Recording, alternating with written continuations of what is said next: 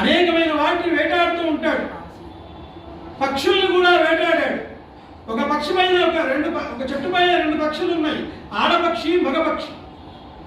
దానిలో ఆడపక్షిని కొట్టాడు, కింద పడింది, వలలో వేసుకున్నాడు, పోతూ ఉంటే మగపక్షి అన్నది, అయ్యో నా సహచరి, నువ్వు వెళ్ళిపోతున్నావే, నువ్వు వెళ్ళిపోతే ఇప్పుడు ఇక్కడ ఉండేటువంటి ఈ పక్షులు లేవలేనటువంటివి, రెక్కలు రానిటువంటివి, అయ్యో మా అమ్మ వస్తుంది, ఆహారం తెస్తుంది, ఎదురు చూస్తూ ఉంటాయి, ఇలా ఎదురు చూస్తున్న పక్షులకు నేనేం సమాధానం చెప్పను, నువ్వు ఇలా వెళ్ళిపోతున్నావు, ఈ దుర్మార్గుడైన వ్యాధుడు నిన్ను చంపాడు అని ఈ మాటలన్నీ కూడా మాట్లాడుతుంటే వ్యాధుడికి అర్థమవుతాయి. ఇవన్నీ కూడా అర్థమైపోయి ఓహో ఇలా అంటుందా అని చెప్పేసి బాణం పెట్టి దాన్ని కూడా కొడతాడు.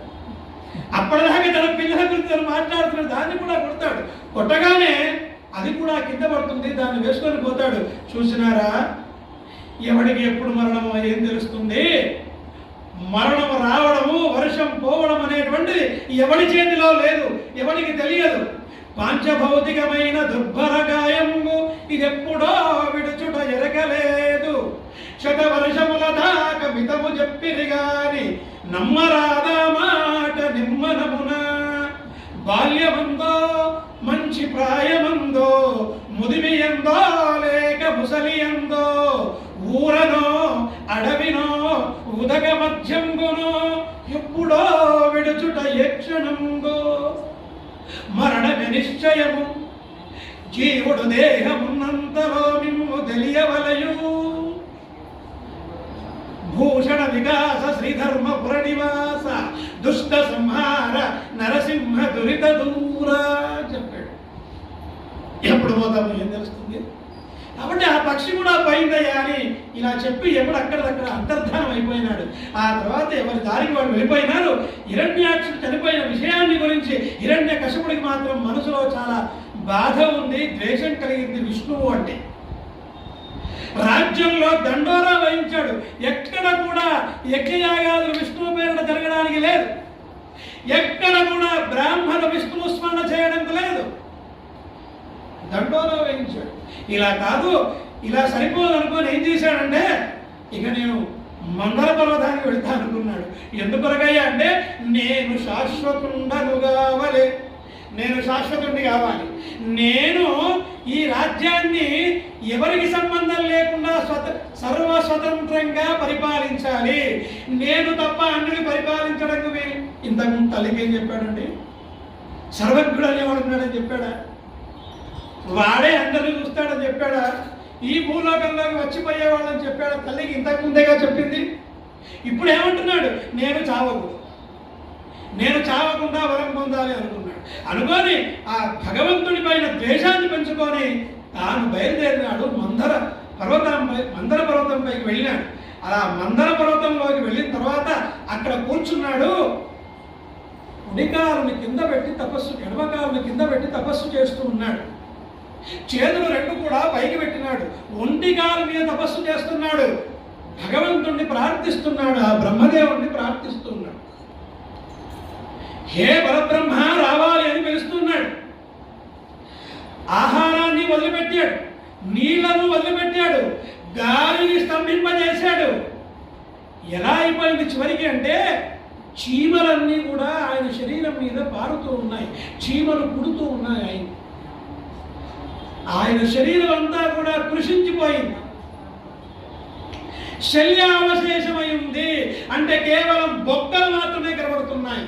ఆయన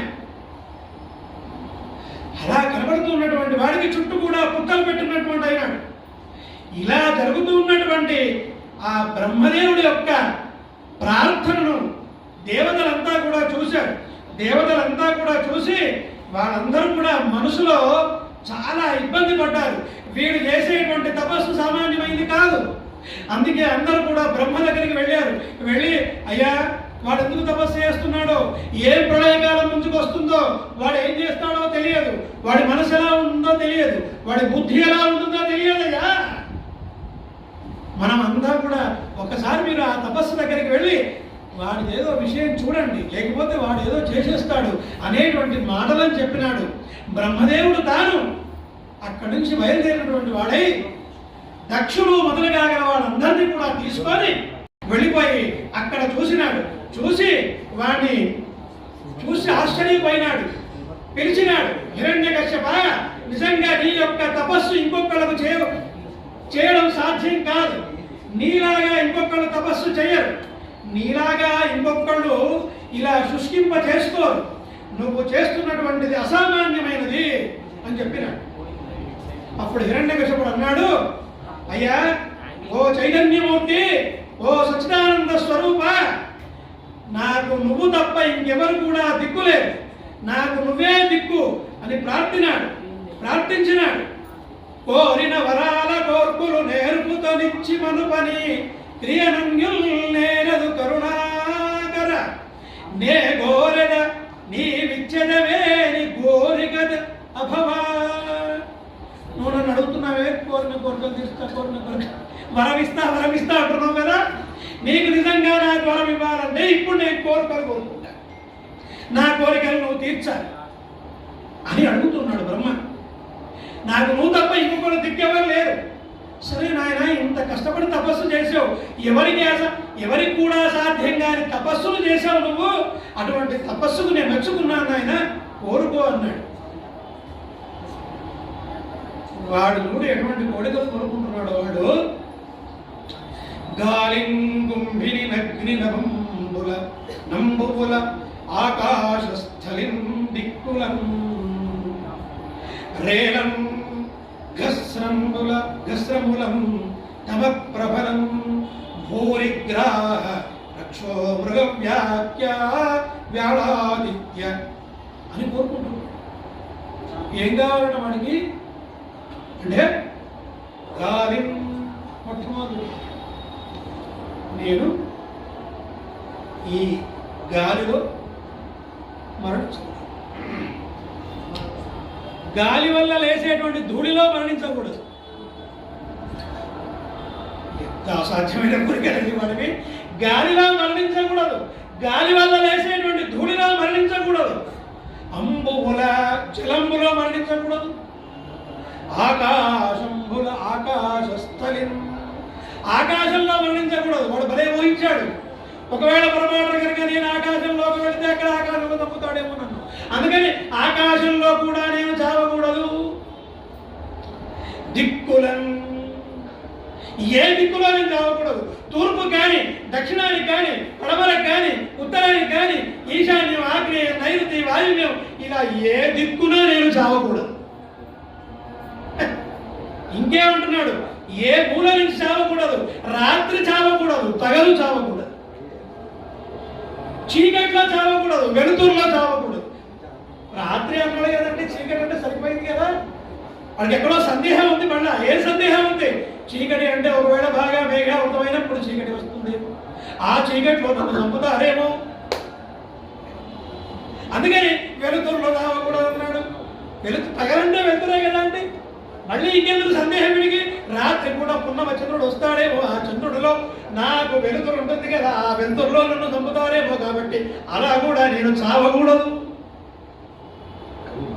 వెలుతురులో చావకూడదు. ఎటువంటి పరిస్థితుల్లో మృత్యువు నన్ను దరిచేరకూడదు. ఇవన్నీ విషయాలు చెప్పాడు. మరి ఎవరు చంపకూడదు? దేవతలు చంపకూడదు, పశుపక్షాదులు చంపకూడదు, నరుడు చంపకూడదు, నాగాది దేవతలు కూడా చంపకూడదు, ఎటువంటి ఏ యుద్ధంలో కూడా నేను చావకూడదు, ఏ అస్త్రం నన్ను చంపాదు, ఏ శస్త్రం నన్ను చంపాదు. బ్రహ్మదేవుడు ఇవన్నీ విన్నాడు, ఆశ్చర్యపోయినాడు. ఓరి అసాధ్యం కులా, ఇప్పటిదాకా ఎవడు కూడా అన్నా అని పిలిచాడు. పోతన చాలా గమ్మత్తుగా రాస్తూ ఉంటాడు. అన్నా అని పిలిచాడు ఎవరిని? హిరణ్యకశ్యపుడు. అన్నా అని పిలిచి సంబోధన చెప్తున్నాడు. కశ్యపపుత్ర దుర్లభము లీయత్తంబులెవ్వారికి.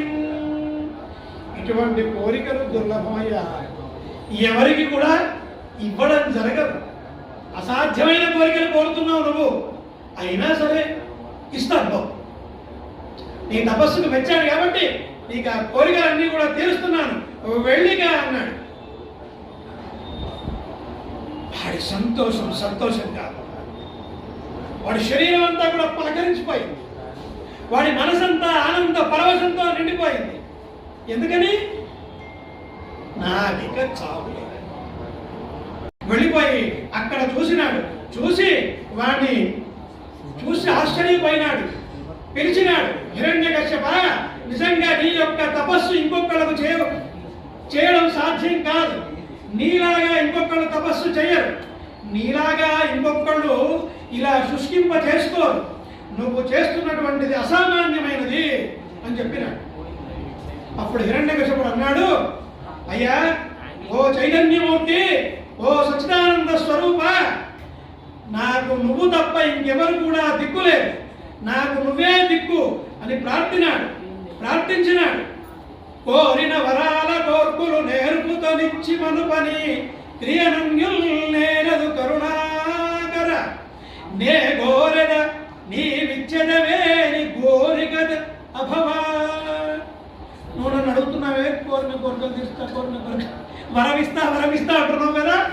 నీకు నిజంగా నాకు వరం ఇవ్వాలంటే ఇప్పుడు నేను కోరికలు కోరుకుంటా, నా కోరికలు నువ్వు తీర్చాలి అని అడుగుతున్నాడు బ్రహ్మ. నాకు నువ్వు తప్ప ఇంకొకరు దిక్కెవరు లేరు. సరే నాయన, ఇంత కష్టపడి తపస్సు చేసావు, ఎవరికి కూడా సాధ్యం కాని తపస్సులు చేసావు నువ్వు. అటువంటి తపస్సుకు నేను మెచ్చుకున్నాను నాయన, కోరుకో అన్నాడు. వాడు చూడు ఎటువంటి కోరికలు కోరుకుంటున్నాడు. వాడు గాలింగుంభిని నగ్ని నంబుల ఆకాశస్థలిం దిక్కులం రేలం ఘస్రములం తమ ప్రబలం భూరిగ్రాహ రక్షో మృగవ్యాఖ్య వ్యాళాదిత్య అని కోరుకుంటున్నాడు. ఏం కావాలన్న వాడికి అంటే గాలి. మొట్టమొదటి నేను ఈ గాలిలో మరణించకూడదు, గాలి వల్ల లేసేటువంటి ధూళిలో మరణించకూడదు.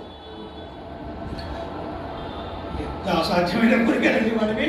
గాలిలో మరణించకూడదు, గాలి వల్ల లేసేటువంటి ధూళిలో మరణించకూడదు, అంబుల జలంబులో మరణించకూడదు, ఆకాశంబుల ఆకాశస్థలిం ఆకాశంలో మరణించకూడదు. వాడు భలే ఊహించాడు. ఒకవేళ పొరపాటు కనుక నేను ఆకాశంలోకి వెళితే అక్కడ ఆకాశంలో తప్పుతాడేమో నన్ను, అందుకని ఆకాశంలో కూడా నేను చావకూడదు.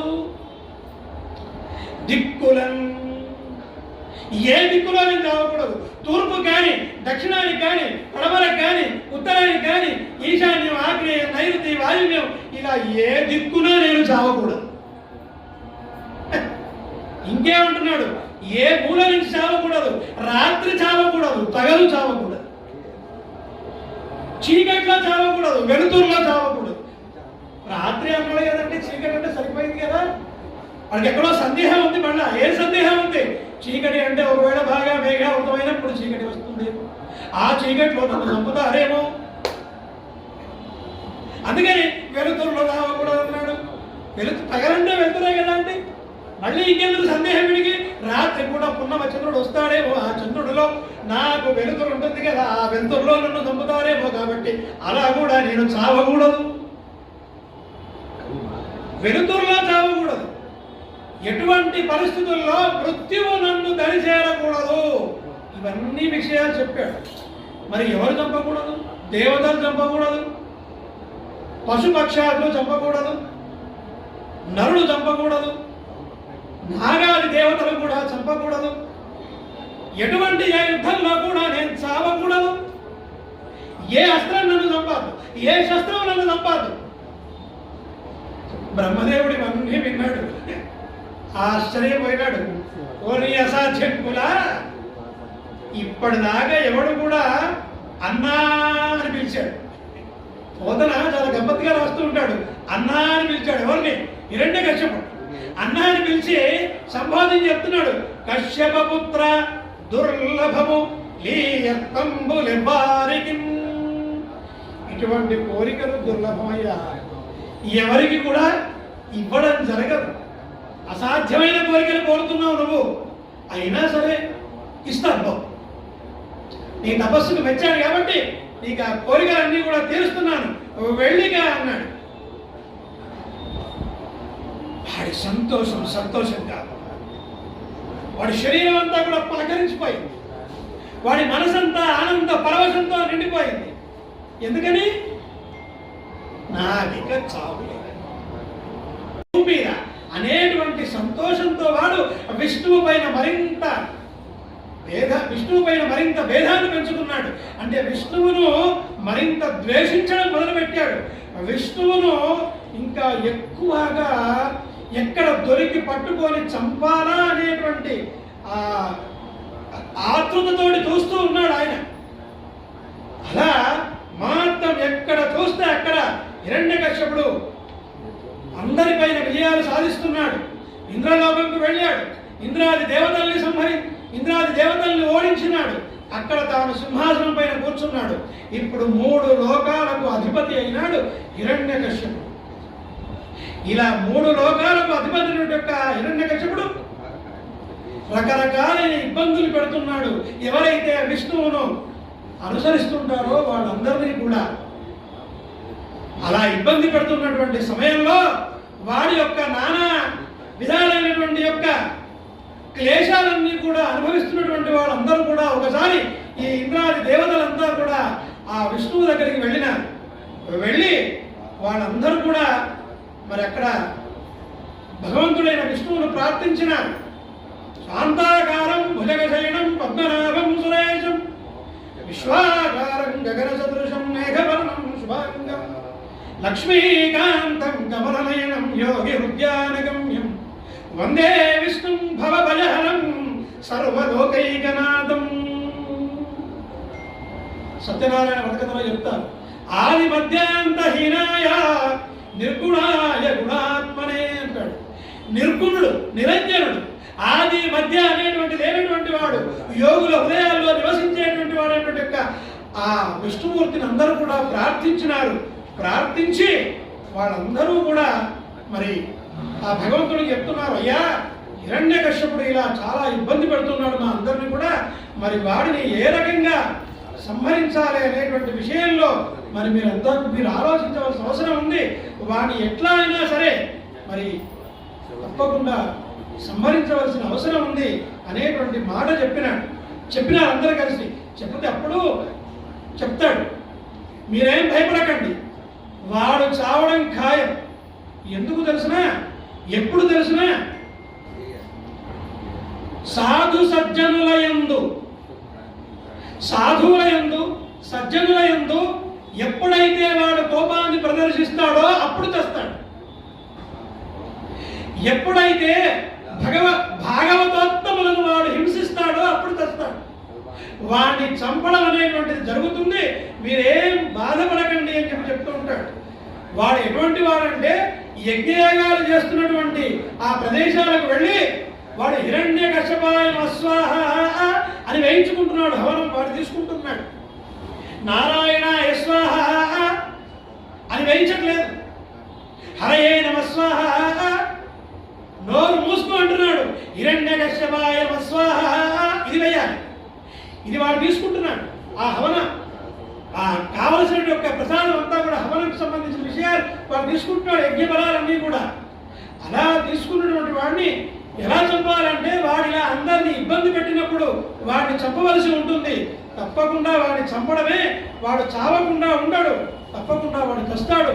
ఎప్పుడైతే వాడి కొడుకైనటువంటి యొక్క ప్రహ్లాదుని వాడు నానా హింసలు చేస్తూ ఉంటాడో అప్పుడు నేను వస్తాను, మీరు నిశ్చింతగా వెళ్ళండి అని చెప్పినాడు భగవంతుడు. అలా వాళ్ళందరూ కూడా వెళ్ళిపోయినా ఈ హిరణ్యకశ్యపుడు మాత్రం దగ్గర రచ్చిపోతూ ఉన్నాడు. ఈ హిరణ్యకశ్యపుడికి 4 కొడుకులు ఉన్నారు. 1 హ్లాదుడు, 2 ఆహ్లాదుడు, 3 అనూహ్లాదుడు, 4వ వాడు ప్రహ్లాదుడు, చిన్నవాడు వీడు.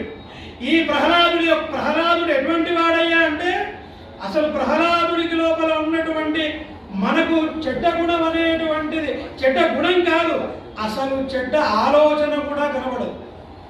దీని గురించి పోతన ఎంత అద్భుతంగా చెప్తాడంటే, తనయందు నగిల భూతములయందు నగభంగి సమహితత్వంబు బరగువాడు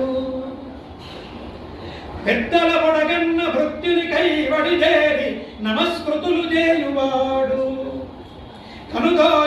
నన్యకాంత లడ్డంబైన కనుదోయికి నన్యకాంత లడ్డంబైన మాతృభావము చేసి మరలువాడు తల్లిదండ్రుల భంగి ధర్మవత్సలతను దీనులగాన చింతించడువాడు సకుల ఎడ సోదర స్థితి జరుపువాడు దైవతములంచు గురువుల దలచువాడు లీలలందును బంకులు లేనివాడు లలిత మర్యాదుడైన ప్రహ్లాదుడదిపా. అయ్యా వాడు ఎటువంటి వాడయ్యా? తన లోపల అఖిల భూతాలు చూసుకుంటాడు ఆయన. తన లోపల అఖిల భూతాలు చూసుకుంటాడు. అఖిల భూతాల్లో తనను చూసుకుంటూ ఉంటాడు. తను అందరి పట్ల కూడా సమహితత్వంతో ఉంటాడు. ఎవరిని ఒకరు తక్కువ ఒకరు ఎక్కువ అనే భావంతో ఉంటాడు. పెద్దవాళ్ళు కనబడితే శాస్త్రానికి నమస్కారం చేస్తూ ఉంటాడు. మిత్రుల పట్ల అమితమైన ప్రేమభావంతో ఉంటాడు. ఒకవేళ ఆయన కంటికి కనుక ఏ అన్య స్త్రీ కనబడింది అంటే తల్లి కాకుండా ఇతరులు ఎవరు కనబడ్డా కూడా ఆయన ఏం చేస్తాడు తెలిసిన? అన్య స్త్రీలు అడ్డమైతే మాతృభావంతో ఉంటాడు. వీళ్ళంతా కూడా నా తల్లులు అనుకుంటాడు. శరణాగత దీనార్థ పరిత్రాణ పరాయణి సర్వస్యార్తి హరే దేవి నారాయణి నమోస్తుతే. అలా తల్లి భావంతో ఉంటాడు. ఆ తల్లి భావంతో ఉండేటువంటి ప్రహ్లాదుడు ఎప్పుడు కూడా ధర్మం తప్పకుండా ఉంటాడు. ఆ ధర్మం తప్పని ప్రహ్లాదుడు ఎప్పుడు కూడా దీనుల పట్ల చక్కటి ఆలోచనతోటి ఉంటాడు. మర్యాదైనటువంటి వాడు, గురువుల పట్ల దైవభావంతో ఉండేటువంటి వాడు. ఒక్క మాటలో చెప్తానయ్యా, లలిత మర్యాదుడు, చక్కటి మర్యాదతో ఉండేటువంటి వాడు. అటువంటి ఆ ప్రహ్లాదుడి గురించి ఎన్ని గుణాలు చెప్పినా కూడా తక్కువనే. ఎందుకంటే అంత సద్గుణ సంపన్నుడైన కొడుకు పుట్టినాడు ఈయనకు, హిరణ్యకశ్యపుడికి. కానీ ఆయనకు మనసులో మాత్రం ఒక బాధ ఉన్నది. ఏం బాధ హిరణ్యకశ్యపుడికి? వీడు నా కడుపులో చెడబుట్టాడు. వీడు ఎంతసేపటికి కూడా ఏ నారాయణ అంటూ ఉన్నాడు, ఏ వాసుదేవ అంటూ ఉన్నాడు, ఏ హరి అంటూ ఉన్నాడు, ఓం నమో నారాయణాయ అష్టాక్షరీ జపాన్ని జపిస్తూ ఉన్నాడు, ఓం నమో భగవతే వాసుదేవాయ ద్వాదశాక్షరీ మంత్రాన్ని జపిస్తూ ఉన్నాడు. వీడిని ఇలా కాదు, ఏం చేస్తాడు? కొడుకు కదా. కాబట్టి వీడి యొక్క దృష్టిని మరల్చాలి. వీడు కాబోయేటువంటి రాక్షస రాజు, వీడిలా ఉండకూడదు అనుకున్నాడు. అందుకొరకు ఏం చేసినాడంటే వీడికి చదువు చెప్పించాలి అనుకున్నాడు. కానీ భ్రమలో ఉన్నాడు, నేను వీడికి చదువు చెప్పిస్తాను. ఎందుకంటే పూర్వజన్మ సుకృతం వల్ల, పూర్వజన్మ వాసనా బలం వల్ల ప్రహ్లాదుడు ఇంతకు ముందు జన్మలో ఎవరితోటైతే సద్భావంతో మెలిగాడో, ఎవరినైతే ప్రార్థించాడో వాళ్ళ యొక్క ఆ పుణ్య కృతం వల్ల ఇప్పుడు ఎప్పుడు కూడా భగవంతుని నిరంతరం ధ్యానిస్తూ ఉన్నాడు. అతడికి మిగతా విషయాల పట్ల రుచి కలగదు, అతడు మిగతా విషయాల గురించి ఆలోచించడు అనేటువంటి విషయం ఈ హిరణ్యకశ్యపుడికి తెలియదు. అటువంటి వాడిని ఏం చేశాడంటే గిట్ట, నాయన ఇక చాలు, ఏం చేయాలి నువ్వు? చదువని వాడగ్యుండగు చదివిన సదసత్వివేక చతురత కలుగు చదివించద గురువులొద్ద అని చెప్పాడు. ఆర్యులొద్ద చదువు సుమ్మి అన్నాడు. అయ్యా ప్రహ్లాద వెళ్ళు, గురువు దగ్గరికి వెళ్ళు, వెళ్ళి చదువుకో. చదవకుంటే అజ్ఞానం అవుతావు. నీకు చదువు వల్ల సంస్కృతి అప్పుతుంది, ఆ సంస్కృతి వల్ల సంప్రదాయం అప్పుతుంది. నేను చదివిస్తాను, ఇక నువ్వు వెళ్ళవయ్యా అన్నాడు. అటువంటి ఆయన గురించి వ్యాసుడు ఒక మాట చెప్తాడు. ప్రహ్లాదుడు ఎటువంటి వాడో చెప్తాడు. 3 విశేషణాలు వాడతాడు ప్రహ్లాదుని పట్ల వ్యాసుడు. ఏ విశేషణాలు వాడతాడంటే, తస్మిన్ మహాభాగవతే మహాభాగే మహాత్మని హిరణ్యకశపో రాజన్ కరోధమాత్మనే. ఏంటి 3? మొదటిది మహాభాగవత ఉత్తముడు, రెండవది ఏంటి మహాభాగే, మూడవది ఏంటి మహాత్మని. ఈ 3 చూస్తే ఒకే పదాల్లో కనబడతాయి, కానీ కాదు, ఈ 3 వేరు పదాలు. ఏంటి మొదటిది ఏంటిది? మహాభాగవతే, భగవంతుడి యొక్క స్వరూపంలో అద్భుతమైన తేజస్సుతో భాసిల్లుతున్నటువంటి వాడు ఆ హిరణ్యకశిపుడి యొక్క కుమారుడు ప్రహ్లాద్. రెండవ వాడు ఏంటి? మహాభాగ్యే, అతడు భాగ్యవంతుడు. దేనివల్ల భాగ్యవంతుడు? నిరంతరం నారాయణ స్మరణ కలిగి ఉన్నటువంటి భాగ్యవంతుడు. భాగ్యము అంటే మనం సంపాదించే డబ్బు కాదు, భాగ్యం అంటే మనం కట్టుకునే ఇల్లు కాదు, భాగ్యం అంటే మనం పొందేటువంటి ఐశ్వర్యం కాదు, భాగ్యం అంటే సదా శ్రీమన్నారాయణుని స్మరించడం భాగ్యం. ఆ భాగ్యాన్ని మనం పొందాలి. అటువంటి భాగ్యవంతుడు ఈ ప్రహ్లాదుడు. మూడవది మహాత్మనే, ఆయన శరీరం బయట కనబడుతుంది, లోపల పరమ పురుషుడు ఆయన తేజస్సంపన్నతను ప్రదర్శిస్తూ ఉన్నాడు. ఒక ఆయనకే ఉంటుందా అండి మనది? మనకు కూడా ఉంది, మనకు కూడా లోపల ఉన్నాడు, కానీ మనం దాన్ని ప్రకాశింపజేస్తలేం. కానీ ప్రహ్లాదుడు ప్రకాశింపజేస్తున్నాడు. కాబట్టి మహాత్మనే, ఆయన మహాత్ముడైనాడని చెప్తున్నాడు. ఇలా ఆ ప్రహ్లాదుడిని చదివించాలి అనుకుంటున్నాడు. చదివించడం కొరకు రాక్షసుల యొక్క గురువైనటువంటి శుక్రాచార్యుడిని పిలవాలనుకున్నాడు. కానీ శుక్రాచార్యుడు అందుబాటులో లేకపోవడం వల్ల చండుడు అమార్కుడు అనేటువంటి ఇద్దరిని పిలిచినాడు. వాళ్ళిద్దరు కూడా శుక్రాచార్యుల యొక్క కుమారుడు. ఆ చండుడు అమర్కుడు అనేటువంటి ఆ ఇద్దరిని కూడా పిలిచి వాళ్ళతో చెప్పినాడు, అయ్యా ఈ పిల్లవాడిని తీసుకెళ్ళి మీరు వాడికి చదువు చెప్పండి అన్నాడు. ఏం చదువు చెప్పాలా అంటే, రాక్షసులు ఏ రకంగా ఉంటారో చెప్పండి, విష్ణువును ఏ రకంగా ద్వేషించాలో చెప్పండి, ధర్మార్థ కామ శాస్త్రాలన్నీ కూడా చెప్పండి, వాడిని దారిలోకి తీసుకెళ్ళండి అని చెప్పినాడు. అలా చెప్పేటప్పటికి సరే అని వాడు తీసుకువెళ్ళినారు. ఇలాంటి పిల్లలు గుర్తుంచుకోవాలి, గురువు చెప్పేటువంటి అక్షరాన్ని క్రమం తప్పకుండా వింటున్నాడు, గురువు పట్ల శుశ్రూషతో ఉన్నాడు. శుశ్రూష అంటే గురువు ఏ మాట చెబితే ఆ మాట వినడం, దానికి రెండవ తీరు లేదు. ఇంకా అలా గురువు మాటలు వింటూ ఉన్నాడు ఆయన. ఏ పగిది వారు చెప్పిన నా పగిది అదవుగాని ఎట్టి చదువుగాని ఎట్లని యాకే ఆక్షేపించడు, తానన్నియు రూపించిన మిథ్యలని నిరూఢమనీషం. వాడు ఎలా చెప్తే అలా అంటున్నాడు. అయ్యా మీరు చెప్తున్నది తప్పు అనడం లేదు, మీరు ఎలా చెప్తున్నారు అనడం లేదు, మీరు ఎందుకు చెప్తున్నారు అనడం లేదు, నీకేం తెలుసయ్యా అనడం లేదు, అన్నీ తెలుసుతాను. కానీ గురువు చెప్పిన మాటలు వింటున్నాడు. అలా వింటున్నాడు. ఇదంతా కూడా మరి జరుగుతూ ఉన్నది. కొన్ని రోజులకు హిరణ్యకశిపుడు వినిపించింది మనసులో. ఏమని తెలిసినా, అయ్యా ఎన్ని రోజులాయి నా కొడుకును ఆశ్రమంకు పంపించాను, ఒక్కసారి వాడిని చూడాలి. తండ్రి కన్న పేరు కదా, కాబట్టి తాను కొడుకును చూడాలనుకున్నాడు. అంత కొన్ని దినంబులేగిన సురేంద్రాది శంకాన్విత. ఆ హిరణ్యకశిపుడికి అనుమానం వచ్చింది. ఏమనుమానం వచ్చింది? కొడుకును చూడాలనేటువంటి నెపం మనసులో ఉంది.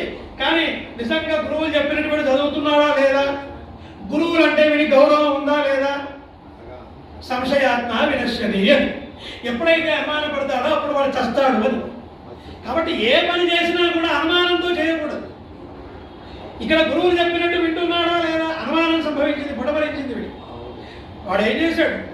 పిలిపించి దగ్గరకు తీసుకున్నాడు. దగ్గరకు తీసుకొని చక్కగా కూర్చోబెట్టుకున్నాడు. రా కొడుక కూర్చో, ఎంత సంతోషమయ్యా నీకు చూసింది రోజులా, నా ముద్దల కొడుక, నా గారాల బట్టి, నా తండ్రి, నా చిన్నవాడా, నా బుచ్చివాడా అని రకరకాల పేర్లతో పిలుస్తూ ఆ హిరణ్యకశిపుడు లాలిస్తూ పాలిస్తూ ఆ పిల్లవాడిని తన దగ్గర కూర్చోబెట్టుకొని అడుగుతున్నాడు, ఏం నేర్చుకున్నావు నా బంగారం, ఏం చెప్పారు గురువులు నీకు? ఆ వాత్సల్యంతో కూర్చోబెట్టుకొని ఆ ఒళ్ళో ఒకసారి శరీరం అంతా కూడా పుడికినాడు. ఆవు గిట్ట లాగదూడ దగ్గరికి వస్తే తన లాగదూడ శరీరం అంతా కూడా నాకినట్టు ఈ కొడుకును దగ్గర కూర్చోబెట్టుకొని శరీరం అంతా కూడా పుడుకుతూ ఉన్నాడు. పుడికి వాత్సల్యంతో అడిగినాడు, ఏం చెప్పారయ్యా, ఒక్కసారి చెప్పు నాకిది. వేదాలు చదివినావా, శాస్త్రాలు చదివినావా, వేదాల వల్లే బాగా వేయడం జరిగిందా, గురువులన్నీ బాగా నేర్పినారా? అనుదిన సంతోషణములు జనిత శ్రమతాపదుఃఖ సంశోషణములు తనయుల సంభాషణములు జనకులంకరణ యుగళ సద్భూషణములు. కొడుకులకు తండ్రులకు ఏది సంతోషమడా అంటే, నాయన ఎప్పుడైతే కుమారుడు తీయని మాట మాట్లాడతాడో అప్పుడు తండ్రికి సంతోషం. అనుదిన శోషణ, తండ్రి దగ్గర కొడుకు తీయగా మాట్లాడాలి. అలా మాట్లాడితే తండ్రికి సంతోషం. ఎలా ఉంటాయి తెలిసిన, తేనె ఊరితే ఎలా ఉంటుందో అలా ఉంటుందట తండ్రికి, కొడుకు తీయగా మాట్లాడు. కాబట్టి అటువంటి తీయని మాటలు చెప్పకూడదట. ఎవడికి చెప్తే ఎలా ఉంటుంది? నమ్మేవాడికి చెప్పాలి, నమ్మని వాడికి చెప్పకూడదు. మహా అంధేందూదయముల్, గుడ్డివాడు ఉన్నాడు. ఆ గుడ్డివాడే భగవన్ జన్మవశాత్తు వాడికి పూర్వజన్మానుబంధం వల్ల వాడికి 2 కళ్ళు కనబడడం లేదు. ఇప్పుడు వాడు ఆ కళ్ళు కనబడిన స్థితిలో ఉన్నటువంటి వాడి దగ్గరికి తీసుకెళ్ళి ఇందూదయముల్, ఆహా ఎంత అందంగా ఉన్నాడో చంద్రుడు ఒకసారి చూడు, నిండు కుండమి వెన్నెలనయ్యా చూడు, కార్తీక పున్నమ ఒక్కసారి చూడు ఆ చంద్రుడిని ఎంత బ్రహ్మాండంగా ఉన్నాడో అంటే వాడు చూస్తాడా? వాడు చూడడుగా. అలాగే విష్ణువు గురించి తెలియని వాడికి ఏం చెప్పానయ్యా నేను, వాడికి ఏం కనబడతాడయ్యా నేను, ఎలా కనబడతాడు విష్ణుడు? అందేందూదయముల్ మహాభదిర శంఖారావముల్.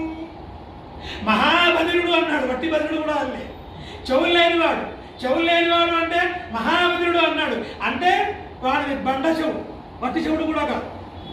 నువ్వు ఏం చేసినా వాడికి వినపడదు, అసలు నువ్వు ఎంత అరిచికి పెట్టినా వినపడదు. అటువంటి వాడిని తీసుకెళ్ళి శంఖం పట్టుకొని, ఇక చూడవయ్యా నేను శంఖధ్వని చేస్తున్నా ఒకసారి చూడు.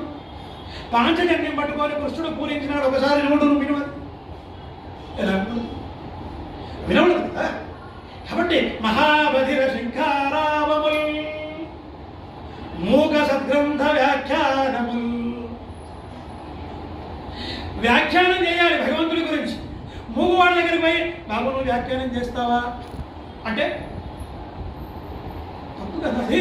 అది ఎలా కుదురుతుంది? అది కుదరదు. తర్వాత ఏమన్నాడు? నపుంసక వధూకాంక్షల్, జన్మవశాత్తు పూర్వజన్మవశంగా నపుంసకుడుగా పుట్టాడు. వాడు నాకు పెళ్లి కావాలి అంటే ఈ జన్మలో అయ్యే పని కాదు వాడికి. కాబట్టి ఇలా కృతజ్ఞాలి బంధుత్వం, బంధువులైనటువంటి వాడు ఎలా ఉండాలంటే కృతజ్ఞుడిగా ఉండాలి, కానీ కృతజ్ఞులుగా ఉండకూడదు. చేసిన మేలు మరిచేటువంటి బంధువుల దగ్గరికి వెళ్ళి బంధుత్వం గురించి చెబితే ఏం అర్థం అవుతుంది వాడికి? ఆ బంధువులకు ఏం అర్థం కాదు. కాబట్టి ఇలా కృతజ్ఞులైనటువంటి బంధువులు ఎవరైతే ఉన్నారో వాళ్లకు ఇలా రకరకాలైనటువంటి వాళ్ళందరికీ కూడా మనం చెప్పలేమయ్యా, మన వల్ల కాదు అని చెప్తూ ఉంటాడు. అని చెప్పి ఇంకేమంటాడు తెలిసిన, కమలాక్షు నర్చించు కరములు శ్రీనాథు వర్ణించు జిగువ సురరక్షకుని చూడుకులు శేషశాయికి మృక్కు శిరము విష్ణునాకరుణించు వీనులు మధువైరిద విలిన మనము భగవంతు వలగను పదములు పురుషోత్తముడి మీది బుద్ధి దేవదేవుని చింతించు దినము చక్రహస్తుని ప్రకటించు చదువు కుంభినీదవు చెప్పడి గురుడు తండ్రి హరిజేరు మనేడు తండ్రిగా అవసరం పెట్టాడు. అయ్యా తండ్రి అంటే ఎలా ఉండాలి? తండ్రి హరిజేరు మనేడు తండ్రి ఎలా ఉండాలట? అరే కొడుకా హరిని ప్రార్థించురా అని చెప్పాలి. వీడు చెప్తాడా? హిరణ్యకశిపుడు చెప్తాడా మాట? ఇప్పుడు ఆయన చెప్తున్నాడు హరిని చేయమని చెప్పాలి. ఎందుకంటే ఈ చేతులు ఉన్నాయి కదా, ఎందుకొరకు ఉన్నాయంటే ఇవి కమలాక్షుణ్ణి అర్చించిన కొరకు ఉన్నాయి. పోతన గారు భాగవతంలో మొట్టమొదటి చెప్తాడు. ఏమని చెప్తాడు తెలిసిన, శివుణ్ణి పూజించాలి అంటాడు, విష్ణువును భజించాలి అంటాడు. ఎవడైతే శివుని పూజిస్తూ ఉంటాడో విష్ణువుని భజిస్తూ ఉంటాడో వాడే అసలైన వ్యక్తి అని చెప్తూ ఉంటాడు. కాబట్టి ఇక్కడ కూడా కమలాక్షుడు అర్చించు కరములు కమలాక్షుణ్ణి, ఆ భగవతి మాతాదేవి జగదంబ అయినటువంటి యొక్క ఆ లక్ష్మిని వక్షస్థలంలో పెట్టుకున్నటువంటి యొక్క ఆ కమలాక్షుడు, కమలం లాంటి కథలు కలిగిన ఆ మహావిష్ణువును ఎవడైతే పూజిస్తాడో వాడి చేతులే చేతులు. అంటే అర్థమేంటయ్యా? మిగతా వాళ్ళే చేతులు కావు అంటే అర్థమేంటి? మనవి కూడా చేతులు అనిపించుకోవాలి. అంటే భగవంతుడిని ఎప్పుడు మనం పూజించాలి. శ్రీనాథు వర్ణించు జిహ్వ, శ్రీనాథుడిని వర్ణించాలి. ఇక్కడ గమ్మత్తు చూడండి, పోతన గారు చేసిందేంటో, మొదలు కమలాక్షుడు అన్నాడు, రెండవది శ్రీనాథుడు అన్నాడు. అమ్మవారిని విడుస్తలేడు. అమ్మని విడిస్తే ప్రపంచం దక్కదు. అందుకొరకని రెండవ దాంట్లో శ్రీనాథు వర్ణించాలి అన్నాడు. మహాలక్ష్మీదేవి యొక్క భర్త అయిన విష్ణుమూర్తిని వర్ణించమన్నాడు. అంటే మహాలక్ష్మిని వదలమని చెప్పలేదు. కాబట్టి శ్రీనాథుడిని ఎవరైతే వర్ణిస్తూ ఉంటాడో వాడి యొక్క నాలుకనే నాలుక అన్నాడు. సురరక్షకుని చూసు చూడుకులు చూడుకులు, ఎవరైతే దేవతల్ని రక్షిస్తూ ఉంటాడో వాడిని చూసేటువంటి కన్నులే కన్నులు. ఎవరైతే శేషసాయిని మొక్కుతూ ఉంటాడో వాడి యొక్క శిరస్సే శిరస్సు.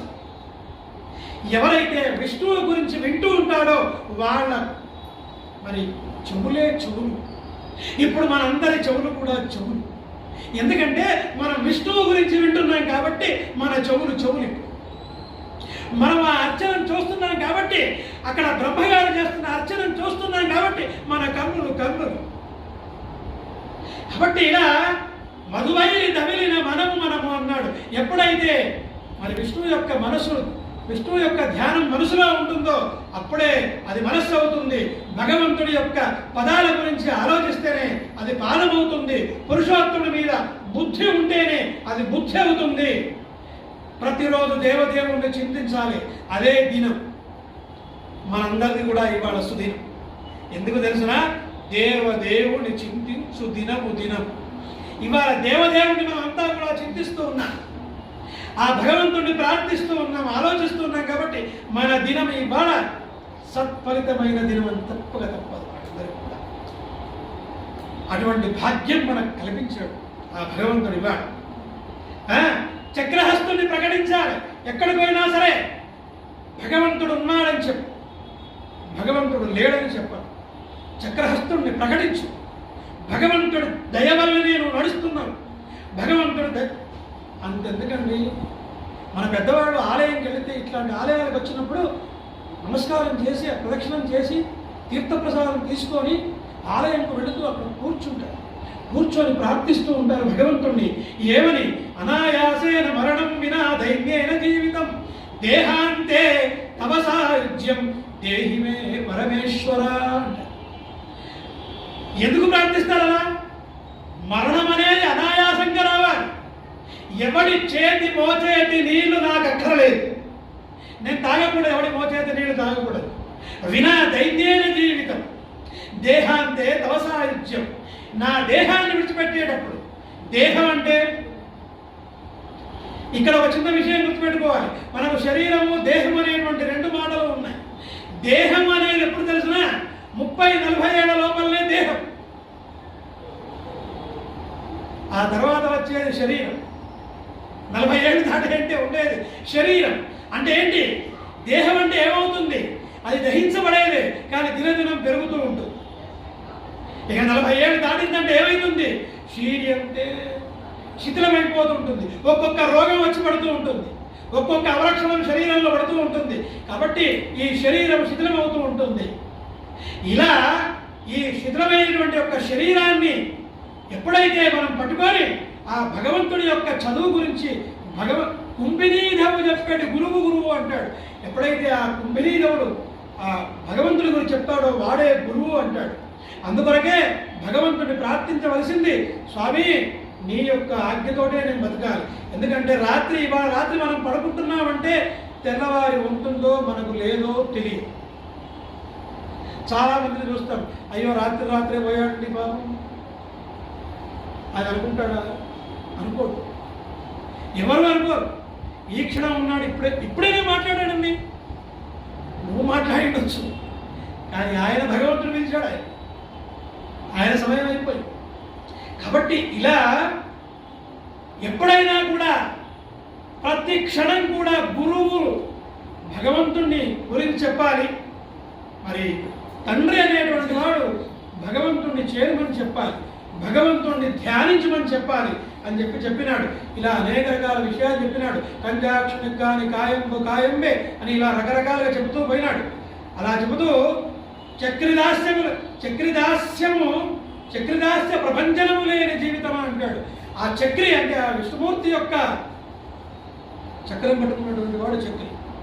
ఆయన యొక్క దాస్యం లేని జీవితం ఎలా అవుతుంది అని ఇలా రకరకాలుగా భగవంతుడి గురించి చెబుతూ ఉంటాడు. ఇవన్నీ వింటున్నటువంటి హిరణ్యకశ్యపుడికి ఎలా ఉంటుందంటే,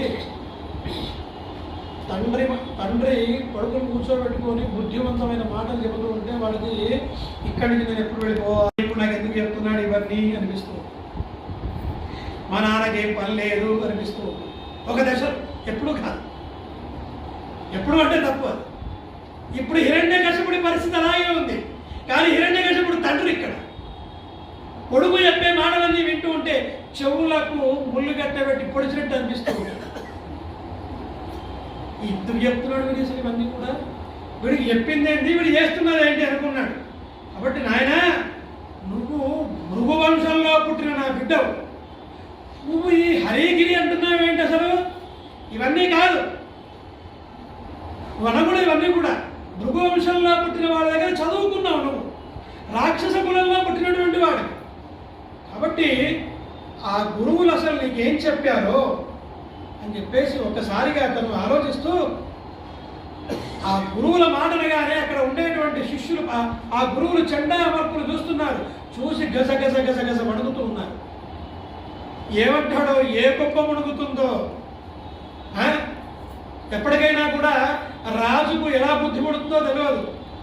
ఆ అన్నమాచార్య సినిమాలో చెప్పినట్టు తాను కత్తి పెట్టి తలనే తీస్తాడో, మరి లేకుంటే తల తిరిగినవే జరుగుతాడు. రాజు ఏం చేస్తాడో మనకు తెలియదు. కాబట్టి ఇప్పుడు ఏం చేస్తాడో అనే భయం పట్టుకుంది వాళ్ళందరికీ కూడా. వాళ్ళిద్దరు కూడా చాలా భయపడుతూ ఉన్నారు. మిత్రులము పురోహితులము మేమదియుగాక భార్గవులము. అయ్యా, మేము మీకు మిత్రులం, అది కాకుండా మీకు పురోహితులం, మేము భార్గవులం, శుక్రాచార్యుడి యొక్క కొడుకులం, మేము రాక్షసుల గురువులమయ్యా. మేము మీ పుత్రుణ్ణి ఇలా కావాలని చెడగొడతామా? మాకేమవసరం ఇదంతా కూడా?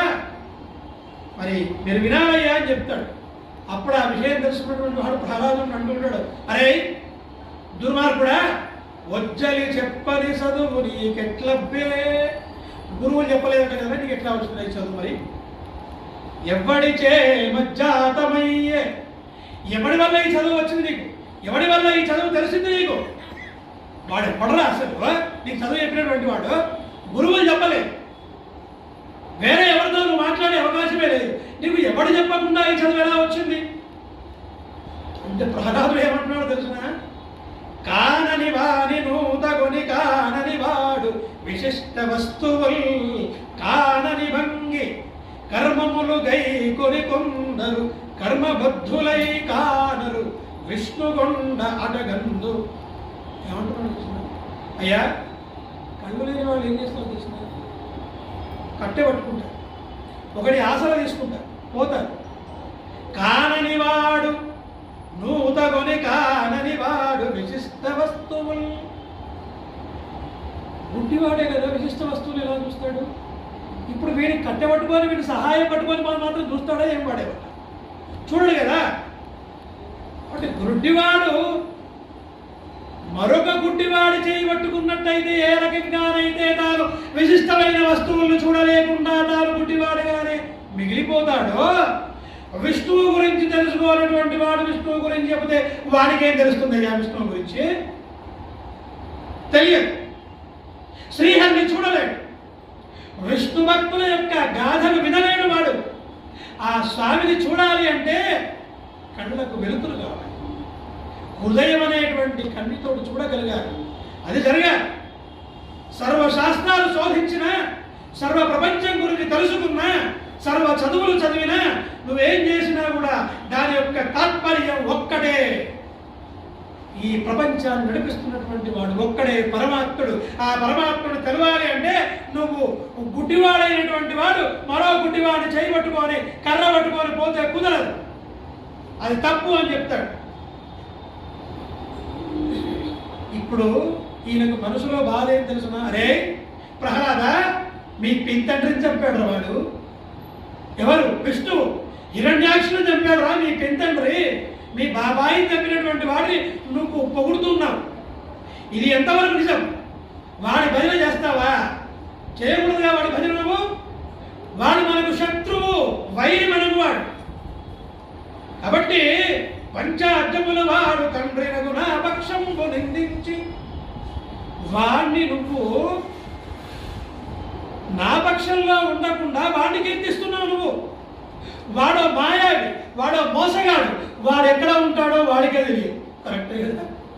వాడు ఎక్కడ ఉంటాడో వాడికే తెలియదు. ఎవరి దగ్గరికి పోతాడో ఆయనకే తెలియదు, పరమాత్ముడికి. ఎవడ ఆర్తతో పిలిస్తే వాడి దగ్గరికి పోతాడు. శరికిని చెప్పడు శంఖ చక్ర యుగమం చేదో సంధింపడే, ఆకర్ణికాంతర దమ్మిల్లము చక్కరొత్తడు, శ్రీ కుచో పరిచయలాంచలమైన వీడడు, గజ ప్రాణ మనోత్సాహి అయి. అలా గజేంద్రుడు పిలిచాడో లేదో వెళ్ళిపోయినాడు. అమ్మవారి పొమ్ము కూడా అప్పటికి అలాగే ఉంది, వెళ్ళిపోయినాడు, పరిగెత్తుకుపోయినాడు. కాబట్టి ఎక్కడ ఉంటాడో తెలియదు. కాబట్టి వాడు ఎక్కడ ఉంటాడో వాడికే తెలియదయ్యా. అటువంటి వాడిని నువ్వు కీర్తిస్తున్నావు, ఇది నిజమైంది కాదు అని చెప్తుంటాడు. ఇప్పుడు రాక్షసులందరూ కూడా పిలుస్తున్నాడు, పిలిచి చెప్తున్నాడు, ఇలా కాదు, వీడు సామాన్యుడు కాదు, వీడు శక్తివంతుడు ఉన్నట్టున్నాడు, వీడు తీసుకెళ్ళండి, చంపి పడేయండి అని చెప్పినాడు. అరే తండ్రి కనికరం ఉండదు అసలు. కొడుకుని చంపమంటాడా? చంపమని అంటున్నాడు. బాలుడు రాచబిడ్డడు కృపాలుడు. బాలుడయ్యా, అందులో రాజబిడ్డడు. వీళ్ళ చేతులు ఎక్కడి నుంచి వస్తే చంపడం కొరకు? కాబట్టి అయినా వీళ్ళు రాజు ఆజ్ఞ కాబట్టి తీసుకువెళ్ళాడు. బాలుడిని పొడుస్తూ ఉన్నారు శూలాల పెట్టి. అయినా నెత్తురులారదే. ఒక్క పొడిస్తే చాలు, ఓం నమో నారాయణాయ. రెండో పొడిచాడు, ఓం నమో భగవతే వాసుదేవాయ. మళ్ళా ఇంకోడు వచ్చాడు, గండ్ర గొడ్డలు పెట్టి కొడుతున్నాడు వాడి శరీరం మీద. అయినా కూడా ఏ మారుడు మనిషి ఏమంటున్నాడు? మళ్ళీ అదే శబ్దం, ఏ హరి పరమాత్మ పరంధామ అని పిలుస్తూ ఉన్నాడు. వాడి చర్మం అంతా కూడా కందిపోయే రకంగా కొడుతున్నారు. అయినా చర్మం కందిపోవడం లేదు, ఎముకలు విరగడం లేదు. అదేమి ఎముకలు విరగడం లేదు. కనీసం ఇంతసేపు తిండి తినకుండా ఉంచినందుకు కళ్ళన్నా తిరగాలి కదా. 5 నిమిషాలు బీపీ ట్యాబ్లెట్ ఆలస్యం అయితే కళ్ళు తిరుగుతాయి. ఒక్క నిమిషం షుగర్ ట్యాబ్లెట్ ఆలస్యం అయితే అమ్మో అమ్మో అమ్మో ప్రపంచం అంతా కూడా మన కాళ్ళ కిందకి వచ్చినట్టుంటుంది. అటువంటిది వీడికి తిండి లేదేం లేదు, వీడికి కళ్ళు తిరగడం లేదు, వీడికి కనీసం చూపు కూడా చెడిపోవడం లేదు. వీడు ఇంకా చాలా బ్రహ్మాండంగా చూస్తున్నాడు. వీడి కళ్ళు తేజస్సుతో ఉన్నాయి. వాడు ఆశ్చర్యపోతున్నారు అక్కడ ఉన్నవాళ్ళతో కూడా, వీడేం చూపురా బాబు, వీడిదేం చూపు అని చెప్పేసి. ఇకపోతే వాడి ముఖం లోపల చంద్రుడు ఏ రకంగా పెరుగుతూ పోతుంటాడో శుక్లపక్షంలో వీడి ముఖం ఇంకా తేజస్సు అవుతున్నది. ఎందుకు తేజస్సు అవుతున్నది? మాటి మాటికి హరిభజన చేయుచుండే. ఇప్పుడు ఇంకా హరిభజన పెరిగిపోయింది. ఎలా పెరిగిపోయింది? ఇంతకుముందు చెప్పుకున్నాం కదా, ఓం నమో నారాయణాయ, ఓం నమో భగవతే వాసుదేవాయ, ఓం హరయే పరమాత్మనే, ఓం పరమేశ్వర పరంధామ, ఓ కేశవ నారాయణ మాధవ గోవింద అని పిలుస్తూనే ఉన్నాడు ఇంకా. కాబట్టి తేజస్సు ఇంకా పెరిగిపోయింది మన లోపల. ఇలా పెరిగిపోతూనే ఉన్నది.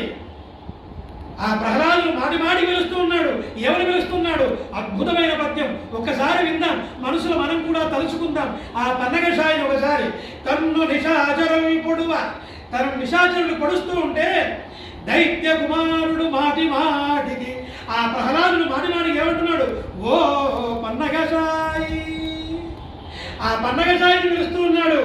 ఓ ధనుజ భంజన, ధనుజ చంపేటువంటి వాడని పిలుస్తున్నాడు. ఓ జగదీశ, ఓ మహాపన్న శరణ్య, ఓ నిఖిల భావనయంసు నృతించుగాని, ఇలా ఆ పరమేశ్వరుణ్ణి పిలుస్తూ ఉన్నాడు తప్ప నన్ను కొట్టలేగా, అబ్బా నన్ను కొట్టకు, నువ్వు నా దగ్గరికి రాకు, నన్నే చేయకు, ఈ శూలం తీసి బయటపడే, నిన్ను నేను చంపుదా వస్తున్న దగ్గరికి అని ఇటువంటి మాట మాట్లాడు. మన లాంటి వాళ్ళం అయితే వాడు మొదటి దగ్గరికి వచ్చాడంటే ఏం అలా జరుగుతుందా జరుగు అంటాం. కానీ వాడేమంటున్నాడు? ఆ ప్రహ్లాదుడు ఏమంటున్నాడు? ఇక్కడ దాకా వచ్చాడా? ఏ పండగ శయనా, ఇక్కడికి వచ్చాడా, ఏ జగదీశ వచ్చి కొడుతున్నాడా, ఏ పరాత్పరా అంటున్నాడు. కానీ రెండు చేతులు అడ్డం పెట్టడం లేదు, ఆపడం లేదు, అసలు వాడి గురించి దాని గురించి ఆలోచించడమే లేదు. ఇలా ఎన్ని రకాలుగా ఆ ప్రహ్లాదుడు శిక్షలన్నీ కూడా అనుభవిస్తున్నాడు. కనీసం కాపాడండి అనే శబ్దం కూడా అనడం లేదే. అలా ఎలా అంటాం కదండి కాపాడండి అని, ఆయన కాపాడడం అనడం లేదు. ఏమంటున్నాడు, ఏ ధనుజ భంజన రాక్షసుల్ని చంపేవాడా అంటున్నాడు. మరి కాపాడుకుంటే ఏం చేస్తాడు, ఇంకా వాడే కాపాడుకుంటాడు, వాడే అవసరం. కాబట్టి ఇలా ప్రహ్లాదుడిని హిరణ్యకశ్యపుడు భయంకరమైనటువంటి యొక్క శిక్షలకు గురి చేస్తున్నాడు. ప్రహ్లాదుడు మాత్రం తన హృదయంలో ఉండేటువంటి ఆనంద స్వరూపాన్ని చూస్తూ ఉన్నాడు. తాను ఆ భగవంతుడు ఎప్పుడు కూడా తన చుట్టే ఉంటాడని చూస్తున్నాడు. ఒకసారి కనుక ఆ వ్యక్తి వచ్చి ఇక్కడికి కొట్టడానికి దగ్గరికి రాగానే ఆయన లోపల ఆ పరమేశ్వరుడు చూడాడు. స్వామిని చూసిన తర్వాత ఇంకేముంటుందండి, దానికి ఇంకొక మార్గమే లేదుగా, ఇక ఆ స్వామే కాపాడుకుంటాడు. కాబట్టి ఇలా ఎప్పుడు కూడా ఎవరు వచ్చినా కూడా ఆ భగవంతుడిని చూస్తూ ఉన్నాడు. అనేక విషయాల లోపల హిరణ్యకశ్యపుడు మళ్ళీ ఆలోచనలో పడ్డాడు. ఏనుగులు పిలిపించాడు, ఏనుగులతో తక్కించాడు. మరోసారి పెద్ద పెద్ద విషసర్పాలు తెప్పించాడు, విషసర్పాలతో కాడు వేయించాడు. అయినా జావడు. పాము కాటు వేస్తే ఏంటండి, ఎందుకంటే పాము కాటు వేస్తే ఏమంటున్నాడు, ఏ నాగేంద్రశయన అంటున్నాడు. నాగపాము మీద పడుకున్నటువంటి వాడా అని పిలుస్తున్నాడు ఆయన్ని. ఇక ఆయన కాపాడుకుంటే ఏం చేస్తాడు. కాబట్టి ఇలా అగ్నిగుండాలన్నీ కూడా పెట్టించాడు, చుట్టూ అగ్ని పెట్టించాడు, అందులో పడేస్తున్నాడు. పడేస్తే ఏం చేస్తాడు, ఏ హవ్యవాహన స్వరూప నారాయణ, ఆ జ్యోతిస్వరూపుడైన యొక్క అగ్నిస్వరూపుడైన నారాయణుడు తెలుస్తూ ఉన్నాడు. కాబట్టి ఇలా అగ్నిగుండాల్లో వేయించినాడు, అయినా చావడు. ఇంకొక మాట ఏం చేశాడు తెలిసిన, ఇలా కాదు వీటి సముద్రంలో పడేయండి. సముద్రంలో అంటే ఎక్కడ చెప్తున్నాడు తెలిసిన, నడి సముద్రంలో వేయండి అంటున్నాడు. ఇక్కడ అక్కడ కాదు, నడి సముద్రంలో వేసిరండి వీటిని అని చెప్తున్నాడు. అప్పుడు వాడు నడి సముద్రంలో వేసి వచ్చాడు. అయినా వీడు మళ్ళీ పైకి తేలినాడే. ఆ పాతాళ లోకంకు పోయి అక్కడ ఉండేటువంటి విషమంతా కూడా అరిగించుకొని మళ్ళీ పైకి వచ్చి నారాయణ తే నమో నమో నారద సన్నుత నమో నమో అంటున్నాడు. ఎంత అసాధ్యుడి ప్రహ్లాదుడు. కాబట్టి ఇలా భగవంతుడి స్మరణతోటి ముందుకు వస్తున్నాడు. ఇలా కాదనుకున్నాడు, కాలకూట విషయాన్ని అందించినాడు. నిజంగా వీళ్ళంతా కూడా చంపినారో లేదో మీకు మొదలై చెప్పాను. సంశయ ఆత్మ వినశ్యతి. వీడి మొదలు గురువులకనే అనుమానపడ్డాడు, ఇప్పుడు ఇంకా అనుమానపడుతున్నాడు. నిజంగా వీళ్ళందరూ కూడా వాడిని చంపే ప్రయత్నం చేశారో లేదో. ఎందుకంటే వాడు నా కొడుకు కదా, రాజ పెట్టాడు కదా, చిన్న పిల్లవాడు కదా. కాబట్టి వీళ్ళు ఈ ప్రయత్నాలనే చేశారో లేదో. కాబట్టి నేనే ఇస్తాయి. ఏమిస్తా, కాలకూట విషయాన్ని ఇస్తాడు. కాలకూట విషయం ఇచ్చినాడు, తాగినాడు, చావుడే. ఇలా కాదు, కత్తి తీసుకువచ్చి నరుకుతా అన్నాడు. కత్తి పెట్టి వాడి తలకాయ నరికే ప్రయత్నం చేశాడు, చావడు. ఏమి చేసినా చావడు. ఎన్ని తీర్లు బాధించాడు, ఎన్ని తీర్ల ఇబ్బంది పెట్టాడు. వాడిని ఒకసారి వాడి శరీరంలో ఉండే నవరంధ్రాల్ని మూసివేసినాడు. శరీరంలో ఉండే, అసలు శరీరం అంటేనే 9 సూత్రముల కప్పు కొప్ప అంటారు పెద్దవాడు. నవరంధ్రాలతో ఉన్నటువంటిది ఇది. ఈ నవరంధ్రాలు పనిచేస్తేనే శరీరం నడుస్తుంది. ఎందుకంటే శరీరంలో ఉండేటువంటి 5 వాయువులు, ప్రాణ అపాన వ్యాన ఉదాన సమానాలు అనేటువంటి ఈ 5 వాయువులు చక్కగా నడవాలి అంటే అన్నీ కూడా ఈ నవరంధ్రాలన్నీ కూడా చక్కగా పనిచేయాలి. ఇప్పుడు వీడు ఏం చేశాడు, హిరణ్యకశ్యపుడు ఇంగ్లీష్లో మాట వాడతాడే, nobody is there like you. You అంటే వాడు షాడిస్ట్. ఈ ప్రపంచంలో నీలాంటి వాడు ఎవడు లేడు. వాడెవడు షాడిస్ట్. వీడు కూడా షాడిస్ట్. వీడు ఏం చేశాడు, ప్రహ్లాదుడి యొక్క నవరంధ్రాల్ని ముయిపించాడు. గాలి బయటకు రాకుండా చేశాడు, గాలి లోపలికి పోకుండా చేశాడు. ప్రహ్లాదుడు ఉక్కిరి బిక్కిరి అయిపోయినాడు. ఎంతకాలం చూస్తూ కూర్చుంటాడు, వదిలేసి వాడు మాత్రం చావలేదు. ఒకసారి మండు టెండలో నిల్చోబెట్టాడు. నిల్చో, ఎండాకాలం ఎండలో నిల్చో అన్నాడు. ఎండాకాలం ఎండలో నిల్చోబెట్టాడు. ఓసారి చలికాలం మంచులో నిల్చోబెట్టాడు. ఈ మంచంతా పడుతుంది నిల్చో అన్నాడు. 24 గంటలు నిల్చోబెట్టాడు మంచులో. అయినా వాడికి ఏం కాలేదు, వాడు జావలేదు. ఇలా ఎన్ని రాక్షసుడు కదా మాయోపాయాలు చేశాడు. ఏ రకంగా రామాయణం లోపల కనుక సీతను మాయా సీతను తీసుకువచ్చి సీత చనిపోయింది అని చెప్పినట్టుగా ఈ హిరణ్యకశిపుడు కూడా ఇక్కడ మాయోపాయాలు చేశాడు ప్రహ్లాదుడిని మార్పించాలి అని. ఎన్ని చేసినా కూడా వాడిపైకి రాళ్ళు రుమిన, వాడిని గదతో కొట్టిన, వాడు ఏం చేసినా కూడా వాడు చావడు. ముంచితి వార్దులను గదల ముక్తి. చివరికి ఇక వాడి వల్ల కావడం లేదు. ఏ తండ్రి అయినా ఇలా భావిస్తాడంటే, తండ్రి కొడుకులు చంపాలనుకుంటాడా? కానీ వీడి బాధ ఏంటి? నా కొడుకు చస్తులేడు, అందుకొరకు బాధపడుతున్నాడు. ఏమని? ముంచితి వార్దులం గదల ముత్తితి శైల కటాకములందు దృఢించితి మీద నివేంద్ర పంక్తి జప్పించితి ధిక్కరించితి శపించితి ఘోర దావాగ్నులందు ద్రోహించితి పెక్కుపాట్లు నలయించితి చావడిదే విచిత్రమో. ఇదేం చిత్రం అండి బాబు! సముద్రాల్లో ముంచిపించాడు, గదలతో కొట్టించాడు, పర్వతాలపై నుంచి కిందెత్తి వేయించాడు, శస్త్రాలతో కొట్టించాను, అస్త్రాలతో కొట్టించాను, ఏనుగులతో తొక్కించాను, ధిక్కరించాను వీడిని. చివరికి నేను శపించాను వీడిని.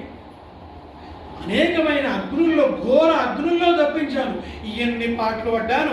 దేని కొరకు? కొడుకును చంపడం. ఈ కొడుకును చంపడం కొరకు ఇన్ని పాటలు పడ్డాను. కానీ ఇదేమి చిత్రమో చావడు. అది వీడే చిత్రం బాయి వాడు చావడు. అసలు ఎందుకు వీడు? చాలా ఆశ్చర్యంలో ఉన్నాడు వాడు హిరణ్యకశ్యపుడు. ఇదంతా చూశారు గురువులు.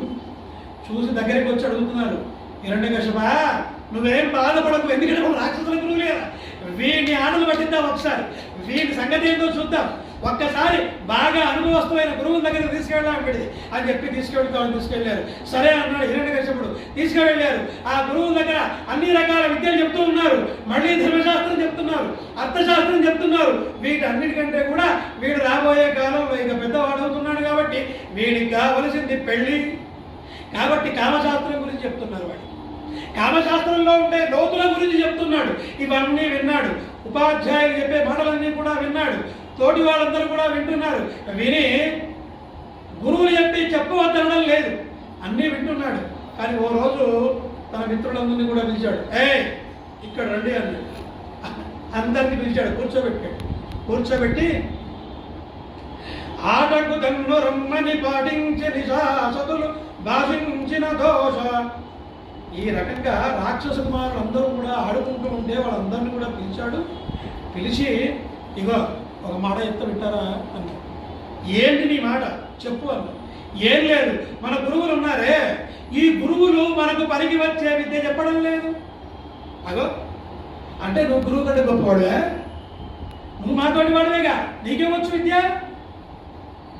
అవునయ్యా విను, ఎందుకంటే వీడు కామశాస్త్రంలో ఉండే లోతు బాధలని చెప్తున్నారు. మనందరినీ కూడా సంసారంలో పడవేయాలని చూస్తున్నారు వీళ్ళంతా. ఆ సంసారంలో పడవద్దనే కదా శంకరుడు సంసారకూపమదిఘోర మగాధ మూలం సంప్రాప్య దుఃఖ శత సర్ప సమాకులస్య దీనస్య దేవ ఉపయా శరణాగతస్య లక్ష్మీ నృసింహ మమ దేహి కరావలంబం అని వేడుకున్నాడు. వీళ్ళందరూ కూడా వాళ్ళని సంసారంలో వేయాలని చూస్తున్నాడు. నా మాట వినండి మీరు. ఈ ప్రపంచం లోపల పంచభూతాత్మకమైంది ఈ శరీరం. ఈ శరీరం ఎలా తయారైందో మీకు చెప్తానని శరీరం తయారయ్యే విధానం అంతా కూడా చెప్పినాడు. ఇవన్నీ కూడా జాగ్రత్తగా వింటున్నారు. పరమేశ్వరుణ్ణి ప్రార్థించండి అని చెప్తున్నాడు. అవును కానీ నువ్వు చెప్పినట్టే మేము చేస్తాం, మేము వింటాం. కానీ నీకెవడు చెప్పాడు ఇవన్నీ? నీకెలా తెలుసు? మేము పుట్టినప్పటి నుంచి నిన్ను చూస్తూనే ఉన్నాం కదా, నువ్వు ఎక్కడికి పోలే, నువ్వు మాతోటే ఉన్నావు. నీ గురువులు చదువు చెప్పారు, మా గురువులు చదువు చెప్పారు. నీకు గురువులు చెప్పినటువంటి ఈ విద్య నీకు ఎలా వచ్చిందయ్యా? విషయ ఆసక్తులైన విబుధాహితులతోడి మనకి వలదు ముక్తి మార్గవంచ. నాది విదేవు విష్ణునాశ్రయింపు ముక్త సంఘ జనుల గూడి శైశవమున. ఇప్పుడు బాల్యంలో ఉన్నాం, అందుకొరకే చిన్నప్పటి నుంచి పిల్లలకు రామాయణం చెప్పండి, భాగవతం చెప్పండి, భారతం చెప్పండి. ఈ కథలన్నీ కూడా చిన్నప్పటి నుంచి చెబుతూ ఉంటే మనసు దాన్ని పట్టుకుంటుంది. దాని మార్గంలోనే మనసు వెళుతుంది. మనసు దేనికి అలవాటు పడుతుంది, దానికి అలవాటు పడుతుంది. నేను సెల్ ఫోన్ తీసి చిన్నప్పుడే ఒకటో సంవత్సరం అంటే ఓ 2 ఏళ్ల పిల్లవాడే సెల్ పట్టుకొని ఆడుకుంటున్నాడు. వాడికి సెల్లాట కాకుండా ఇంకేం వస్తుంది? సెల్లాటనే వస్తుంది వాడికి. నేను కూడా ఆడతాను నేర్చుకుంటున్నాను, నాకు అదే ఆట వస్తుంది, నాకు ఇంకేం రాదు. కాబట్టి ఇలా చిన్నప్పుడే భగవంతుడిని ఆరాధించడం నేర్చుకోవాలి అనేటువంటి విషయం నువ్వు చెప్తున్నావు కదా. నీకెవడు చెప్పాడే ఈ విషయం అంతా కూడా అంటే అప్పుడు చెప్తున్నాడు, విను నాయన, ఓసారి మా తండ్రి ఈ ఇంద్రాది దేవతలందరినీ కూడా, సురలోకాలన్నీ కూడా ఆక్రమించుకున్నప్పుడు యుద్ధాన్ని చేయడానికి దండెత్తి వచ్చినారు. ఎప్పుడంటే మా తండ్రి తపస్సు చేయడానికి వచ్చినప్పుడు అప్పుడు ఇంద్రుడు మా తల్లి అయినటువంటి యొక్క ఈ లీలావతిని ఎత్తుకొని పోయినాడు. అలా పోతూ ఉండగా మార్గ మధ్యంలో నారదుడు కలిశాడు. ఆ నారదుడు ఇంద్రుడిని ఆపినాడు. ఆపి ఏం చేస్తున్నావు అంటే అప్పుడు చెప్పినాడు, ఈ హిరణ్యకశ్యపుడి యొక్క కడుపులో అంటే లీలావతి గర్భంలో మరొక రాక్షసుడు పుట్టబోతున్నాడు. వీడి వల్ల ఇంకా ప్రమాదం వస్తుంది. ఇప్పటికే హిరణ్యకశ్యపుడి వల్ల అవస్థపడుతున్నాడు, ఇక చాలు, వీడి వల్ల ఇంకా అవస్థపడకూడదు. అప్పుడు నారదుడు అన్నాడు, ఏమయ్యా చాలా తప్పు మాట్లాడుతున్నాను. ఈమె కడుపులో పుడుతున్నటువంటిది రాక్షస సంతానం కాదు, వాడు మహాభక్తుడు, వాడు కాబోయేటువంటి విష్ణు స్వరూపుడు, వాడిని వదిలిపెట్టినాడు అన్నాడు. సంతోషంతో ఇంద్రుడు వదిలిపెట్టినాడు, వెళ్ళిపోయినాడు. ఆ లీలావతిని తీసుకువెళ్ళి ఆ నారదుడు అక్కడ ఆశ్రమంలో పెట్టి చూసుకుంటూ ఉన్నాడు. నిండు చూలాలైనటువంటి యొక్క ఆమె దగ్గర కూర్చొని భగవంతుడి యొక్క నామం గురించి చెబుతూ ఉన్నాడు. అనేక రకాలుగా చెప్తున్నాడు. విష్ణువు యొక్క ఆయుధాల గురించి చెప్తున్నాడు, విష్ణువు యొక్క పంచాయుధాల గురించి చెబుతూ ఉన్నాడు, విష్ణువు యొక్క నామస్మరణ గొప్పతనం గురించి చెప్తూ ఉన్నాడు. ఇలా అన్ని రకాల విషయాలు చెప్తూ ఉన్నాడు. చెప్తున్నటువంటి క్రమంలో మా తల్లి అయిన లీలావతి అన్నీ కూడా విన్నది. ఆ గర్భంలో ఉన్నటువంటి నేను కూడా వింటాను. ఇవాళ సైంటిస్ట్ అంటున్నారు గర్భంలో ఉండేవాళ్ళు కూడా వింటారండి. తల్లి భయపడితే పిల్లవాడు భయపడతాడండి. తల్లి ఐస్ క్రీమ్ తింటే పిల్లవాడికి కూడా తలుపుదమలు లేస్తుందండి. ఎప్పుడు భాగవతంలో ఈ అన్ని విషయాలు మనం వాటి గురించి ఆలోచిస్తలేం. ఇప్పుడు ఈ రకంగా భగవంతుడి యొక్క విషయాలన్నీ కూడా నేను విన్నాను. భాగ్యవశాత్తు నాకు అవన్నీ కూడా గుర్తున్నాయి, కానీ నా తల్లి అవన్నీ మర్చిపోయి. అవన్నీ గుర్తున్నాయో లేవో నాకు తెలియదు నా తల్లికి, కానీ నాకు గుర్తున్నాయి. ఇలా నారదుడు ఇవన్నీ కూడా నాకు చెప్పాడు. కాబట్టి నేను అప్పుడే ఈ నారదోక్తమైన విషయాలన్నీ కూడా విన్నాను. నేను మీరందరూ కూడా అదే పనిలో ఉండాలని అన్నాడు. ఇలా అందరినీ కూడా ఏం చేశాడు? విష్ణు వైపు మరణించాడు. అందరినీ కూడా సంసారము తీసి చూరజెక్కి బుద్ధినంత కూడా వడియగట్టి మనసునంత కూడా విష్ణువు నిలిపి పిల్లలందరూ చేరి హరినామ స్మరణతోడ పిల్లలందరూ కూడా హరినామస్మరణ చేస్తున్నారు. ఇప్పుడు అక్కడ కూర్చున్న గురువు వచ్చి అరే అరే అరే ఏంట్రా కుప్పలంటకపోతున్నాయి, నువ్వేం చేస్తున్నావురా? నేనేం చేయట్లేదు. వాడు ఇంకా అంటే నేను చెప్తాను. అక్కడ ఉండేటువంటి గురువులకు వశపడలేదు, ఇంకా ఏం చేయాలో తోచలేదు. ఒక్కసారి ఆ హిరణ్యకశిపుడి దగ్గరికి వచ్చినారు. ఏ మహాప్రభో, నీ కొడుకు కాదు, వాడి బుద్ధి కాదు, వాడు సామాన్యుడు కాదు, వాడిని మేమింకా ఏం చేయలేము, నీ కాడు మొక్కుదాం. ఏమైందయ్యా? ఏమున్నదేంటి? రాక్షస వంశం లోపల రాజు అయినటువంటి యొక్క నిన్ను కాదని వాడు మిగతా వాళ్ళందరినీ కూడా పాడు చేస్తున్నాడు. నువ్వేమన్నావు? రాక్షసుల విద్య నేర్పమన్నావు. రాక్షసుల విద్య నేర్పుతున్నాం, కానీ వాడేం చేస్తున్నాడు? రాక్షసుల విద్య నేర్చుకోకుండా వాడంతా కూడా హరియే గొప్ప అంటున్నాడు, సంసారం వద్దంటున్నాడు. ఇలా రకరకాల పనులన్నీ కూడా చెబుతూ, రకరకాల విద్యలన్నీ కూడా చెబుతూ, తానెల్ల కోతి వనవల్ల జరిచినట్టు వాడు అందరినీ కూడా పాడేస్తున్నాడు. కాబట్టి మమ్మల్ని నిందించవు, మమ్మల్ని విడిచిపెట్టు మహాప్రభు, నీ కొడుకు నీ ఇష్టం. అరే వీడు ఇంత ఇలా చేస్తున్నాడే, నిజంగా వీడిని ఏం చెయ్యాలి అసలు? వీడి గురించి ఏం ఆలోచించాలి అసలు? నేను నాకేం పాలు పోవట్లేదు. ప్రహ్లాదుని దృష్టిలో ఏంది? భగవంతుడు అనేటువంటి వాడు ఎటువంటి వాడు? చిక్కడు, వ్రతముల చిక్కుతాడా? వ్రతం చేస్తే భగవంతుడు కనిపిస్తాడా? కనబడు. క్రతువుల చిక్కడు, యజ్ఞాలు చేస్తే కనబడతాడా? కనబడు. దానమాలు చేస్తే కనబడతాడా? కనబడు. మరి ఎలా కనబడతాడు? వాడిని హృదయంలో పెట్టుకోవాలి. ఇది ప్రహ్లాదుని తత్వం. ఇప్పుడు హిరణ్యకశిపుడి తత్వం ఏంటిది? వీడిని నేనేం చేయాలి, వీడిని ఎలా చంపాలి, వీడిని ఏం చేస్తే వీడు హరినామస్మరణ మారుతాడు, ఇది వీడి తత్వం. ఇలా ఆ తత్వం అంతా కూడా చూస్తూ ఉన్నాడు. భగవంతుడి యొక్క స్మరణకు పూర్తిగా దాసుడైనటువంటి యొక్క నాకు దాపురించాడు, ఈ బుద్ధిహీనుడిని కన్నాను అని చెప్పేసి తాను మనసులో అనుకుంటూ ఉన్నాడు. చివరికి ఏమిరా నువ్వు బాగా మిడిసిపడుతూ ఉన్నావు, ఎవడరా నీకు బలము, ఎవడు నీ బలం ఇవ్వడు అసలు అని అడిగినాడు. అంటే ప్రహ్లాదుడు అన్నాడు, ఎవడు నా బలమైంది? బలమివ్వడు నీకు నాకు, బలమివ్వడు ఋషులకు. ఎవడైతే అందరికీ బలంగా ఉన్నాడో నాకు కూడా వాడే బలం అన్నాడు. నాకు బలం అంటావు, నాకు వాడే బలం? వాడు ఎవరికైనా బలమే. నాన్నగారు నువ్వేమనుకుంటున్నావు తెలుసునా? దిక్కులు గెలిచితి నన్నీయు దిక్కెవ్వడు జోరి నీకు దేవేంద్రాదుల్ దిక్కులు రాజులు వేరొక దిక్కెరక కొలుతురు ఇతనే దిక్కను. నువ్వు అనుకుంటున్నావు ఏమని తెలుసునా? నీకు దిక్కేవాడు అనుకుంటున్నావు. నువ్వు దిక్కులను జయించుండవచ్చు, నువ్వు 3 లోకాలు జయించుండవచ్చు, కానీ నిన్ను నువ్వు జయించలే. నిన్ను నువ్వు జయించలే. కాబట్టి నాకు ఏ దిక్కులను రక్షిస్తూ ఉన్నాడో ఆ దిక్కైన వాడే నాకు దిక్కు. నీకు బలవంతుడు ఎవడో నాకు బలవంతుడు వాడే, నా బలము వాడే అని బలయుతులకు దుర్బలులకు బలమివ్వడు నీకు నాకు బ్రహ్మాదులకు. ఆ బ్రహ్మకి ఎవడు బలమో నాకు కూడా వాడే బలం. బలమివ్వడు ప్రాణులకు, ఈ ప్రపంచంలో ఉన్న ప్రతి ప్రాణికి బలం ఇవ్వడు నాకు వాడే బలం. ఆ పరాత్పరుడే నా బలం అని చెప్పినాడు. ఇలా చెబుతూ ఉంటే అప్పుడు హిరణ్యకశ్యపుడికి ఇంకా చిరెత్తిపోయింది. ఇలా కాదురా బాబు అనుకున్నాడు. అనుకోని ఏం చేశాడు తెలుసునా? ఇంకా నాతోటే వాదిస్తున్నావా నువ్వు? ఇప్పటిదాకా గురువులతో వాదించావు, ఇప్పుడు నాతోటే వాదనకు దిగుతున్నావు. శశ విషలాడకు, ఇక ఆపు, నీ వాదన పెట్టకు. ఎక్కడ గలడు ఏ క్రియతో పట్టుబడు? ఎక్కడ ఉన్నాడు హరి? ఏ క్రియతో పట్టుబడతాడు వాడు? తెలుసునానికి ఎక్కడ ఉన్నాడో? ఏం బాగా మాట్లాడుతున్నావు నువ్వు నాతోటి? తండ్రి అనే గౌరవం కూడా అసలు నీకు లేదు. ఎట్టి జాడన్ వచ్చు, ఏ గాడిలో వస్తాడు వాడు? ఎలా కనబడతాడు వాడు నా కంటికి?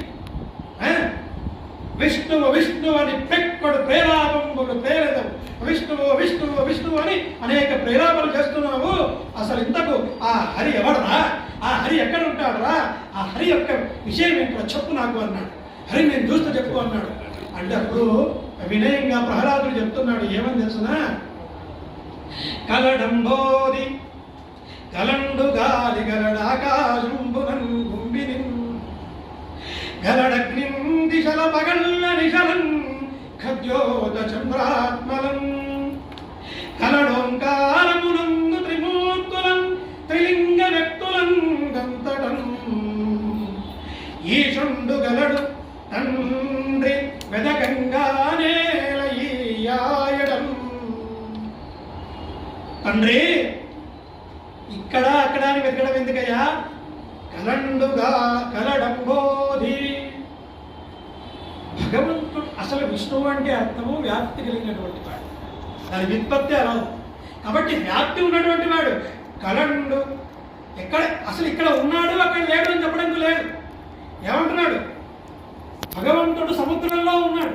కలడంబోది కలండు గాలి, గాలిలో ఉన్నాడు, ఆకాశంలో ఉన్నాడు, భూమిలో ఉన్నాడు, గడ్డిలో ఉన్నాడు, పగల్లో ఉన్నాడు, రాత్రిలో ఉన్నాడు, దిశలలో ఉన్నాడు, సూర్యుడిలో ఉన్నాడు, చంద్రుడిలో ఉన్నాడు, ఓంకారంలో ఉన్నాడు. ఓంకారము తనే అయి ఉన్నాడు. ఓమిత్యేకాక్షరం బ్రహ్మ అని చెప్పుకుంటున్నాడు. ఓంకారంలో ఉన్నాడు. త్రిమూర్తులందు మూడు మూర్తుల్లో ఆయనే ఉన్నాడు.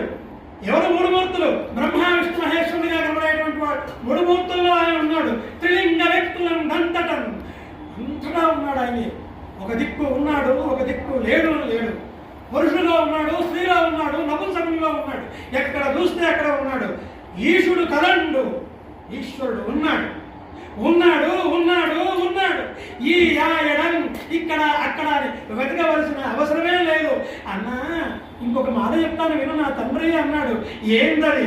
ఇందుగలడందు లేడని సందేహము వలదు, చక్రి సర్వోపగతుండు ఎందెందు వెతకి చూసిన అందందెగలడు దానవాగ్రని వింటే అన్నాడు. వింటే అది వింటే ఏంటండి? వినాలి కదా. మీరు చెప్పేది చెప్తున్నారు. అది వినడం అంటే. వినడం అంటే మనసులోకి తీసుకోవడం వినడం అంటే. రచయిత చెప్తాడు. ఏమని చెప్తాడంటే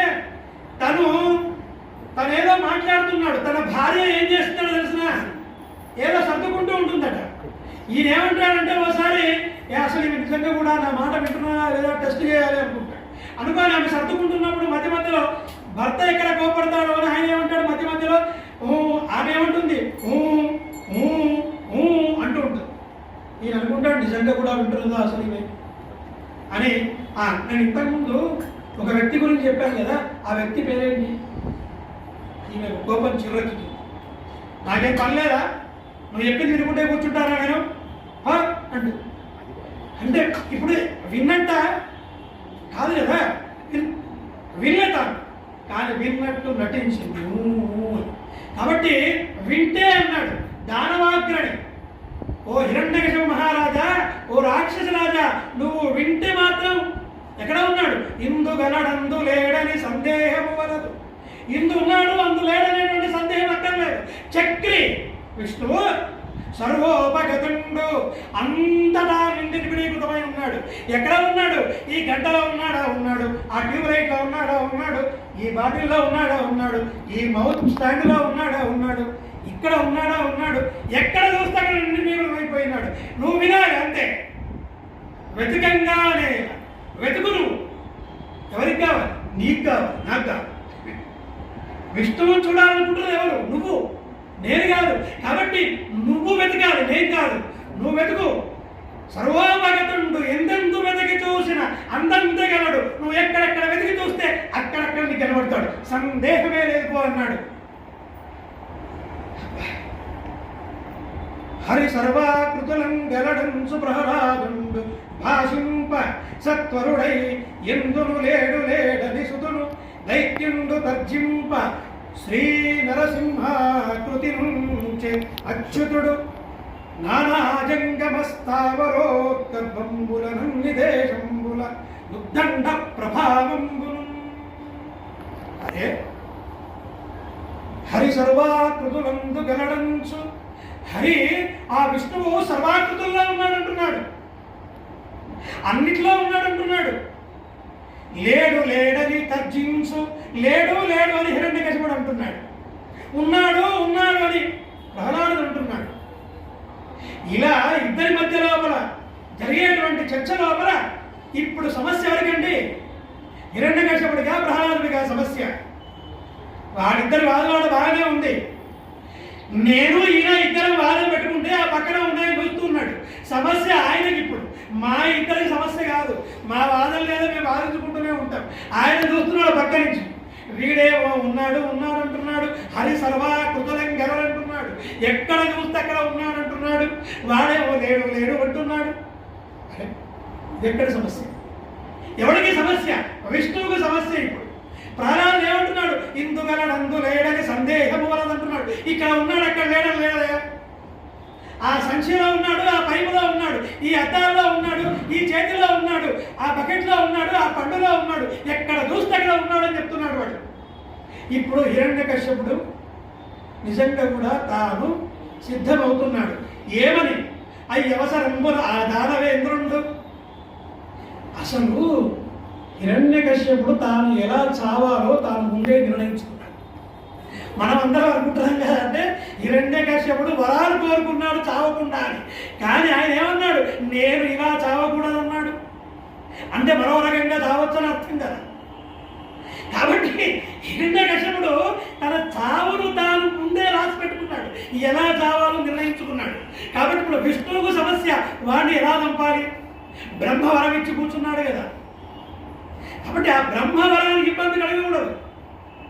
ప్రహ్లాదుతో అంటున్నాడు, డింభక సర్వస్థలంబుల నంబోరిహ నేత్రుడుండు అనుచు మిగుల సంభ్రంభంబున బలిగత నీ స్తంభంబున చూపగలవే చక్రిం గిక్రిం. అరే ఇక నీ వాదులాడు ఆపేసి, నువ్వు బాగా మాట్లాడుతున్నావు అప్పటి నుంచి కూడా. అన్ని దిక్కులో ఉన్నాడంటావు కదా రా డింభగా. ఇక్కడ ఈ స్తంభం ఉంది కదా, ఈ స్తంభంలో ఉన్నాడా? ఈ దుర్మార్గుడు చేయి ఎటుపోతుందో తెలియదు కదా. వాడు ఇలా పోయి ఎక్కడ చూపిస్తాడు స్వామి? ఇలా తిరిగి వచ్చి ఈ బాటిలో చూపించమంటే ఇక్కడ వచ్చి స్వామి ఉండాలి, దీంట్లోంచి బయటకు రావాలి. ఇలా తిరిగి ఇక్కడికి వచ్చి ఇక్కడ చూపించమంటే ఇక్కడ స్వామి రావాలి. ఇప్పుడు స్వామి ఏమైపోయినాడు? సర్వం నృసింహమయం. ఎక్కడ చూస్తే అక్కడ స్వామి నిండిపోయినాడు. ఒక దిక్కు కాదు, ఒక ప్రదేశం కాదు, ఒక వస్తువు కాదు, అన్నింటా నిండిపోయినాడు స్వామి. ప్రతి వస్తువులో తానైపోయినాడు, సర్వాంతర్యామైపోయినాడు స్వామి. ఎందుకంటే ఈ దుర్మార్గుడు తన వేలు పెట్టి ఎక్కడ చూపమంటాడు అన్నట్టుగానే ఇప్పుడు హిరణ్యకశ్యపుడు ఈ స్తంభంలో ఉన్నాడా అన్నాడు. వాడి నమ్మకం ఏంటి తెలుసునా? ఈ రాజభవనం కట్టించింది నేను, ఈ స్తంభాలు వేయించింది నేను, ఆ స్తంభంలో ఏమున్నదో నాకు తెలుసు, కాబట్టి ఈ స్తంభంలో లేడు విష్ణువు. ఇది వాడి నమ్మకం. కానీ కొడుకు నమ్మకం ఏంటి? వెళ్ళాడు, ఉన్నాడు, స్తంభంలో కూడా ఉన్నాడయ్యా అన్నాడు. ఒకవేళ కనుక నువ్వు స్తంభంలో కనుక నీ విష్ణువును చూపించకపోతే నీ శిరస్సును తుంచి బయటపడేస్తా అన్నాడు. ఇప్పుడు నువ్వు కొత్తగా చేసేముంది? ఇద్దరుగా వాళ్ళు చేసావు ఆల్రెడీ. శిరస్సును తుంచావు కదా, ఆల్రెడీ కత్తి పెట్టి కొట్టావు కదా, కాలకు కూడా విషయం ఇచ్చావు కదా నువ్వు. ఇప్పుడు మళ్ళీ ఏంది? ఈ స్తంభంలో చూపించకుంటే నీ శిరస్సును ముక్కలు చేస్తా అంటున్నావు కొత్తగా.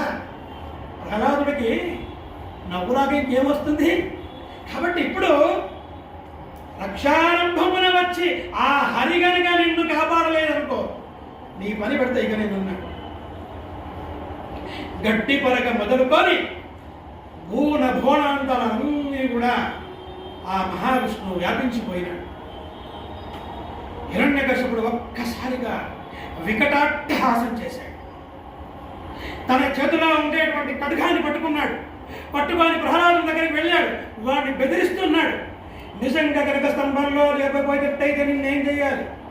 అరే నిన్ను పొడిచి పడేస్తా అంటున్నాడు. వాడిని రకరకాల ఇబ్బంది పెడుతూ ఉన్నాడు. ఒక్కసారి వాడు ఎప్పుడైతే మళ్ళొక్కసారి వెతుకు స్తంభంలో అన్నాడు, ఇప్పుడు ఆ కత్తిని తీసి కింద పడేశాడు. ఒక్కసారి తన యొక్క బల ప్రయోగం చేత ఆ స్తంభాన్ని ఒక్క దెబ్బ కొట్టాడు. ఆ దెబ్బతోటి ఆ మహానుభావుడు ఆ స్తంభం అంతా కూడా పగిలిపోయింది. ఆ స్తంభం పగలగానే ఏమైంది తెలుసునా?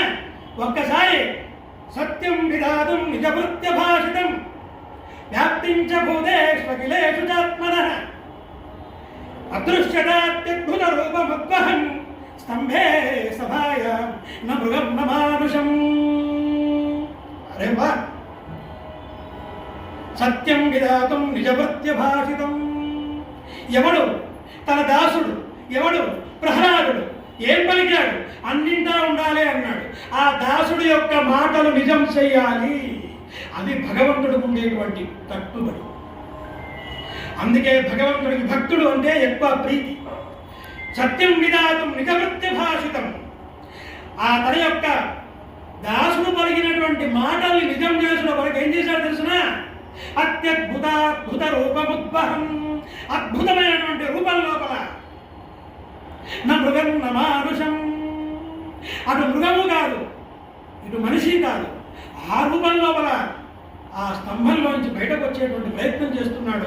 ఆ స్తంభం ఒక్కసారి ఎప్పుడైతే వేటు వేశాడో, ఆ వేటు వేసినప్పుడు ఆ భగవంతుడి యొక్క స్వరూపం ఎలా బయటకు వస్తుందో పోతన భగవంతుడు దర్శించాడు. పోతను భగవంతుడిని చూశాడు, అందుకొరకే అలా రాయగలిగాడు పోతన. ఒక్కసారి దాన్ని వినేటువంటి ప్రయత్నం చేద్దాం. గద్య ఇట్లు దానవేంద్రుండు పరిగృహ్యమాన వైరుండును వైర అనుబంధ జాజ్వల్యమాన దోషానలుండును దోషానల జంఘన్యమాన విజ్ఞాన విషయుండును వినయ గాంభీర్య ధైర్య జగీయమాన హృదయుండును హృదయ చాంచల్యమాన తామసుండును తామస గుణ సంక్రమ్యమాన స్థైర్యుండును ఐ విశ్రంబంబున హుంకరించి బాలుని ధిక్కరించి హరినిందు రూపుమణి కనకణమణిమయ కంకణ క్రేంకాణ శబ్ద పూర్వకంబుగా దిగ్దంతి దంత భేదన పాటవ ప్రశస్తంబగు హస్తంబున సభా మండపం స్తంభంబు ప్రేసిన వేటుతోడన దశ దిశలను విడుంగురు జదలు జటిలి బెటిలిపడి జంభంజమానంబగు నమ్మహాస్తంభంబు వలన ప్రళయ వేళా సంభూత సప్తవ స్కంద బంధుర సమీరణ సంఘటిత ఘోర జంగుష్యమాన మహా వరాహక వర్గ నిర్గత నిబిడ నిష్ఠుర దుస్సహ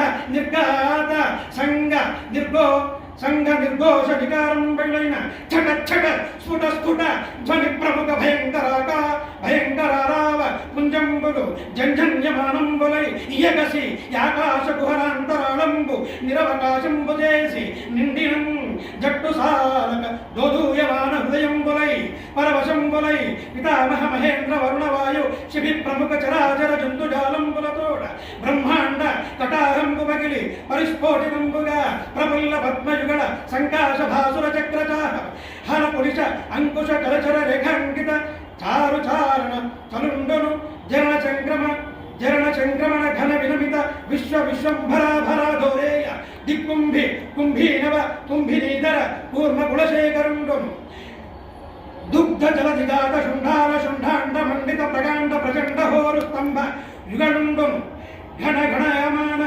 మణికింకిణీగణ ముఖరిత మేఘాల వలయ వలయిత పీతాంబర శోణిత కటి ప్రదేశుండును నిర్జన్మగ్న వక్త కమలాకర గంభీర నాభివరుండును ముష్టి పరిమేయ వినుత తనుతర స్నిగ్ధ మధ్యుండును గులాచలాపానుభాగ సదృశ్య కర్కశ విశాల భక్షుండు దుర్జన ధనుజపట దైత్యలతికాల విత్రాయమాన రక్షోరాజ భక్షోభాగ నిశంకట క్షేత్ర విలేగన చుంచులాంగలాయమాన ప్రతాపజ్వలన జ్వాలాయమాన శరణాగత నయన చోకర చంద్రరేఖాయమాన వజ్రాయుధ ప్రతిమాన భాసమాన నిషాతన కరతర ముఖ నఖరుండును శంఖ చక్ర గదా కటక కుంత తోమర ప్రముఖ నానాయుధ మహిత మహోత్తుంగ మహీధర శృంగ సన్నిభ వీరసాగర వేలాయమాన మాలికా విరాజమాన దీర్ఘడానేక అనత భుజార్గడుండును మంజు మంజీర మణిపుంజ రంజిత మంజులహార కేయూర కంకణ కిరీట మకర కుండలాది భూషణ భూషితుండును దివళీయుత శిఖరాభ పరిణద్ధ బంధుర కందరుండును ప్రకంపన కంపిత పరిజాత పాదపల్లవ ప్రతీకాశ కోపావేశ సంచలితాధరుండును శరత్కాల మేఘజాల మధ్య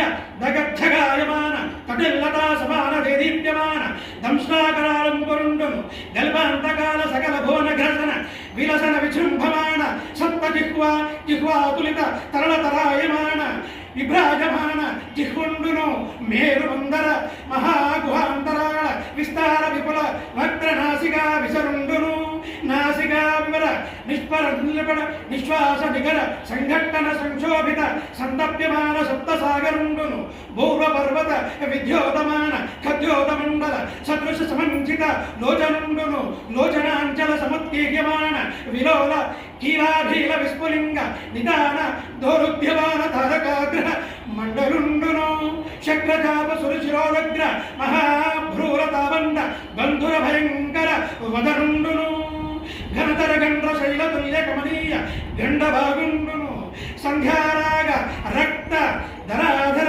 మాలికా ప్రతిమ మహాభ్రంగశ తందన్యమాన పటుతర పటత సటజాలుండును సటజాల సంచాలన సంజాతవాత డోలాయమాన వైమానిక విమానుండును నిష్కంపిత శంఖవర్ణ మహోద్వకరుణుండును మందదండాయమాన మందర వసుంధరాధర పరిభ్రమణ వేగ సముత్పద్యమాన వ్యన్మండల మండిత సుధారాశి కల్లోల శ్రీకరాకార భాసుర కేసురుండు పర్వాకర్వ శశికిరణ మయూక ఘౌర తనూర్హండును నిజ గర్జనానినాద నిర్జలిత కుముద సుప్రతీక నామ వైరాను నైరావణ సార్వభౌమ ప్రముఖ దిగభరావణ ధరాజర దీర్ఘ దురవలోకనీయ దేహండును దేహ ప్రభాపటల నిర్మధ్యమాన పరిపంథి యాతుదాన నిగురుంభ గర్వాంధకారుండును ప్రహ్లాద హిరణ్య కశపురంజన భంజన నిమిత్తాంతరంగ బహిరంగ జేగీయమాన కరుణావీర రస సంయుతుండును మహాప్రభుండునైన శ్రీ నృసింహుండావిర్భవించింగనుకొని నరమూర్తి కాదు కేవల హరమూర్తియుగాదు మానవాకారము కేసరాయాకారమున్నది హరిమయా రచితమగు యథార్థము చూడగం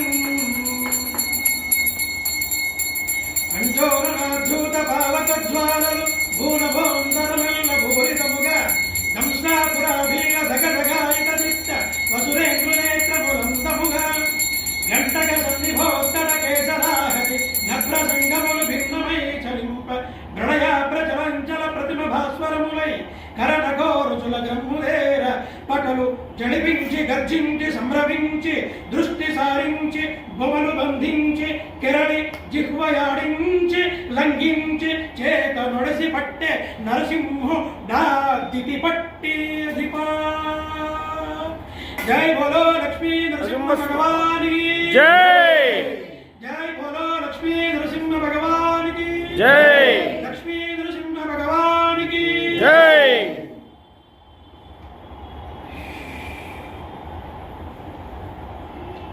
వనాశయ పీఠాయ గౌతమీ తీరవాసనే శ్రీమద్ధర్మపురేశాయ శ్రీ నృసింహాయ అస్తు మంగళం ప్రహ్లాదాగ్లాదనార్థాయ స్తంభ సంభూతమూర్తయే సర్వభూతశరణ్యాయ నృసింహాయాస్తు మంగళం మంగళం కోసలేంద్రాయ మహనీయ గుణాబ్దయే చక్రవర్తి తనూజాయ సార్వభౌమాయ మంగళం. భగవంతుడి యొక్క స్వరూపాన్ని పోతన చూశాడు కాబట్టి రాయగలిగాడు, లేకపోతే ఎలా రాస్తాడండి? ఈయన చూస్తేనే కదా. బ్రహ్మను చూశారు, ఇలా ఉన్నాడు అని చెప్పగలరు. ఆయన చూడకపోతే ఆయన ఎలా ఉన్నాడో నాకేం తెలుసు? నాకు తెలియదు కదా. కాబట్టి ఇప్పుడు ఆయనే నరసింహస్వామి పోతన గారికి ఆవేశించాడు. నేను ఇలా ఉన్నా చూడ, పాదాల దగ్గర నుంచి చెబుతూ పోతున్నాడు. ఎలా ఉన్నాడట? శంఖ చక్రాలు పద్మాలన్నీ కూడా పాదాల్లో ఉన్నాయి నరసింహస్వామి. ఇకపోతే ఆయన తొడలు ఉన్నాయి చూసారు, ఆ తొడలు కులశైల పర్వతాల వల్లే ఉన్నాయి, పర్వతాల్లా కనబడుతుంది. ఇకపోతే ఆ యొక్క నడుము ఏదైతే ఉందో సన్నగా పిడికిట్ల పట్టుకుంటే వస్తుంది. కాస్త పైకి వచ్చాడు, నాభి ఎలా ఉందంటే సప్తసాగర పర్యంతమై ఉంటుంది. ప్రపంచం కలవచ్చు నాభితోటే కదా ప్రపంచం. బిడ్డ పుట్టగానే చేసేది మొట్టమొదటి పది నాభి నుంచి వేరు చేయడమే, మాయను వేరు చేయడం. కాబట్టి ఆ నాభి ఎలా ఉన్నదో చెప్పాడు. ఆ తర్వాత ఆయన సంబంధించిన వక్షస్థలం గురించి చెప్పినాడు. ఎలా అయితే ఆయనను, ఆ వక్షస్థలాన్ని, ఆయన యొక్క హృదయాన్ని, ఇవన్నీ కూడా మనం చూస్తూ ఉంటే మొత్తం ఆకాశం అంతా కంటికి కనబడేట్టు. అందులో ఎన్ని నక్షత్రాలు ఉన్నాయో, ఎంతమంది సూర్యులు ఉన్నారో, ఎంతమంది చంద్రుడు ఉన్నారో అవన్నీ కూడా కనబడుతున్నాయి. స్వామి యొక్క ఇక్కడి నుంచి కాస్త పైకి వస్తే ఈ గతువ ఎగిరెగిరి పడుతుంది, పెదవులు తాడితాలు అవుతాయి, నోట్లోంచి ముసల్లాగా నిలబడుతుంది ఆ స్వామి యొక్క గురువు. కళ్ళు చూస్తే అగ్ని చిమ్ముకొస్తుంది కళ్ళల్లోంచి. చెట్టు చూస్తే ఏమబ్బా ఇదంతా కూడా ఎక్కడో మనం చూస్తున్న వేరే ప్రపంచంలో కనబడుతున్నట్టుగా ఉందంట. అసలు స్వామి యొక్క శరీరం ఎక్కడ చూసినా కూడా మహోగ్రమైపోయి. ఎందుకు వచ్చాడు ఎంత కూడా అంటే ప్రహ్లాదుని అడిగాడు కదా, చూపించుకున్నాడు కదా. ఇప్పుడు తాను విన్నాడు, ఎక్కడ ఉంటాడంటే విన్నాడు కాబట్టి వెతికాడు, కనబడ్డాడు. ఇలా మహోగ్రమైన రూపం, అగ్ని విస్ఫలింగాలన్నీ కూడా కళ్ళలోంచి పడుతున్నాయి. ఆయన నలాడమంతా కూడా ఎగిరెగిరి పడుతున్నది, నాట్యం చేస్తున్నట్టుగా ఉన్నది. ఆయన బొమ్మముడి, ఆయన భృగుడంతా కూడా ముడిపడిపోతున్నది, భయంకరాకారంగా ఉన్నది. ఆయన యొక్క చెక్కిళ్ళన్నీ కూడా గండశిలలుగా ఉన్నాయి. ఆయన ఇకపోతే ఆయన యొక్క వీధులన్నీ కూడా, ఆయన యొక్క ఈ జడలు ఏవైతే ఉన్నాయో అవన్నీ కూడా భయంకరాకారంగా కనబడుతున్నాయి. సంధ్యా సమయం లోపల, అంటే ఈ సమయం లోపల ఆయన జడలన్నీ కూడా ఎర్రటి వెచ్చుకున్న పూలలాగా కనబడుతున్నాయి. మరి అవన్నీ కూడా వైమానికులు ఉయ్యాల ఊగినట్టుగా కనబడుతున్నాయి. ఇకపోతే ఆయన యొక్క చెవులు ఎలా ఉన్నాయంటే పెద్ద పెద్ద శంఖుల్లాగా కనబడుతున్నాయి. ఆయన శరీరానికి పెట్టుకున్న శంఖుల్లాగా కనబడుతున్నాయి. గిర గిర గిర గిర ఆయన చూస్తూ ఉన్నాడు. హిరణ్యకశిపుడు తిరుగుతూ ఉన్నాడు. ఆ కేసరాలన్నీ కూడా ఉన్నాయి, జూలతో ఉన్నాడు కాబట్టి పైన సింహం కదా, ఆ జూలంతా కూడా కదులుతున్నది, అటు ఇటు ఇటు అటు కదులుతున్నది. స్వామి యొక్క ముఖం మొత్తాన్ని చూస్తే చంద్రుడిలా కనబడుతున్నాడు. అలా ఎలా అండి? ఇంత భయంకరంలో చంద్రుడు ఎక్కడి నుంచి వచ్చాడు? మళ్ళీ ఏమన్నాడు ఇక్కడ? ప్రహ్లాద రంజన హిరణ్యకశప భంజన. హిరణ్యకశపుని చంపడానికి వచ్చాడు కాబట్టి అంత భయంకర రూపంలో కనబడుతున్నాడు. ప్రహ్లాదుని కాపాడుకోవడానికి వచ్చాడు కాబట్టి వెన్నెలలా కనబడుతున్నాడు, చంద్రుడిలా కనబడుతున్నాడు. ఒకే సమయం లోపల రెండు కార్యాలు నెరవేరుస్తున్నాడు ఆయన. ఇప్పుడు ఆ శరీరాన్ని చూశాడు, నిశ్చేష్టుడైపోయినాడు. ఎవరు? హిరణ్యకశిపుడు. నువ్వా విష్ణువు అంటే? వీడికి భయం ఎక్కడిది? ఎంత భయంకరమైతే వీడు భయంకరుడికే భయంకరుడు వీడు. కాబట్టి వీడికి భయం లేదు. వీడు ఏమంటున్నాడు? ఆ రూపాన్ని చూసి నువ్వా విష్ణువు అంటే అంటున్నాడు. ఓ మాయావి నువ్వేనా? దా, ఇన్ని రోజులకు నా చేత చిక్కావు, ఇప్పటిక నిన్ను చంపాల్సిందేనే. నరరూపము నరమూర్తి కాదు, కేవలము హరిమూర్తి కాదు, మానవాకారము కేసరి ఆకారమున్నది. అదేంటయ్యా, నిన్ను చూస్తే పూర్తి మనిషిలాగా లేవు, పూర్తి సింహంలాగా లేవు. పైనేమో సింహంలాగా ఉన్నావు, కిందనేమో మనిషిలాగా ఉన్నావు. ఓహో, నరసింహుడివి, నరహరివి. హరి అంటే సింహం, నరహరివి నువ్వు అని అనుకున్నాడు. అనుకోని హిరణ్యకశిపుడు ఆ నరసింహస్వామిని కత్తితోటి పొడవడానికి పోయినాడు. వాడి కత్తి విరిగి ముక్కలైపోయి గదతోటి కొట్టడానికి పోయినాడు. ఇలా గదాయుద్ధం చేస్తూ ఉన్నాడు. నరసింహుడిని పట్టుకొని ఇలా వంచడం కొరకు కూడా ముందుకు వెళ్ళాడు. కానీ వాడి వల్ల కావడం లేదు. వాడు ఎన్ని ప్రయత్నాలు చేశాడు. ఆ ఉగ్ర నరసింహస్వామి యొక్క ఉచ్ఛ్వాస నిశ్వాసాలన్నీ కూడా భూమి ఆకాశాలంతా కూడా నిండిపోయినాయి. ఆయన కాంతులన్నీ కూడా అంతగా నిండిపోయినాయి. ఆయన యొక్క గాలి ఏదైతే ఉందో శరీరంలో అది మేఘపంక్తులు నిండుకున్నట్టుగా నిండిపోయింది. ఆ దర్బారు హాల్ లోపల ప్రళయకాల మేఘాల వలె ఆయన చూపులన్నీ కూడా మెరుస్తూ ఉన్నాయి. ఒక్కసారి తన యొక్క జడల్ని దుడిపించాడు. ఇలా వీడి సంగతి ఇలా కాదనుకున్నాడు, వీడు లొంగే రకంగా లేడనుకున్నాడు. అందుకని చెప్పేసి ఏం చేశాడు? రే ఇలా కాదు అనుకున్నాడు. ఒక్కసారి తన యొక్క శరీరాన్ని మొత్తం కూడా ఆ హిరణ్యకశిపుడిపైకి వాడించాడు. వాడించి వాడి రెండు చేతుల ఒక్కసారి లేవట్టున్నాడు. ఇలాగా, రే నిన్ను చంపాల్సింది ఇక్కడ కాదురా నేను అనుకున్నాడు. ఒక్కసారి లేవట్టాడు, తీసుకెళ్ళాడు, వాడి యొక్క ఆయువులు పట్టుకున్నాడు. మరి బ్రహ్మవరాలు ఉన్నాయి కదా, లోపల కాదు బయట కాదు, ఎక్కడికి పోవాలి? కడప మీద కూర్చున్నాడు. లోపల కాదు బయట కాదు, మరి పగలు కాదు రాత్రి కాదు, చీకటి కాదు వెలుగు కాదు. పగలా అయిపోయి, సూర్యాస్తమయం అయిపోయి, చీకటా ఇంకా చంద్రుడు రావాలి, చీకటి కాదు. మరికపోతే వెలుతురా చీకటియా? దీన్ని వెలుతురు అన్నారు, చీకటి అన్నారు. ఇవి రెండు అన్నారు. ఆకాశంలోనా? కాదు. భూమి మీదనా? కాదు. ఎక్కడ పెట్టుకున్నాడు? తన యొక్క తొడలపై పెట్టుకున్నాడు. ఎన్ని కోరికలు వాడివి? తొడలపై పెట్టుకున్నాడు. ఇకపోతే వాడిని చంపాలి. దేవతలా? కాదు. మనుషులా? కాదు. జంతువులా? కాదు. ఇలా అన్నింటినీ కూడా తానంతట తానుగా పూర్తి చేసుకున్నాడు భగవంతుడు. బ్రహ్మ ఇచ్చిన వరాలను దృష్టిలో పెట్టుకొని ఇప్పుడు వాడిని చంపాలి. ఇక ఇవన్నీ అయినాయి. కానీ ఆయుధంతో చావద్దు, శస్త్రం చంపొద్దు, అస్త్రం చంపొద్దు, ప్రాణం ఉన్నది చంపొద్దు, ప్రాణం లేనిది చంపొద్దు, ఇవన్నీ ఉన్నాయి. ఇంకా ఇప్పుడు వాడిని పట్టుకొని ఘోర నఖావళి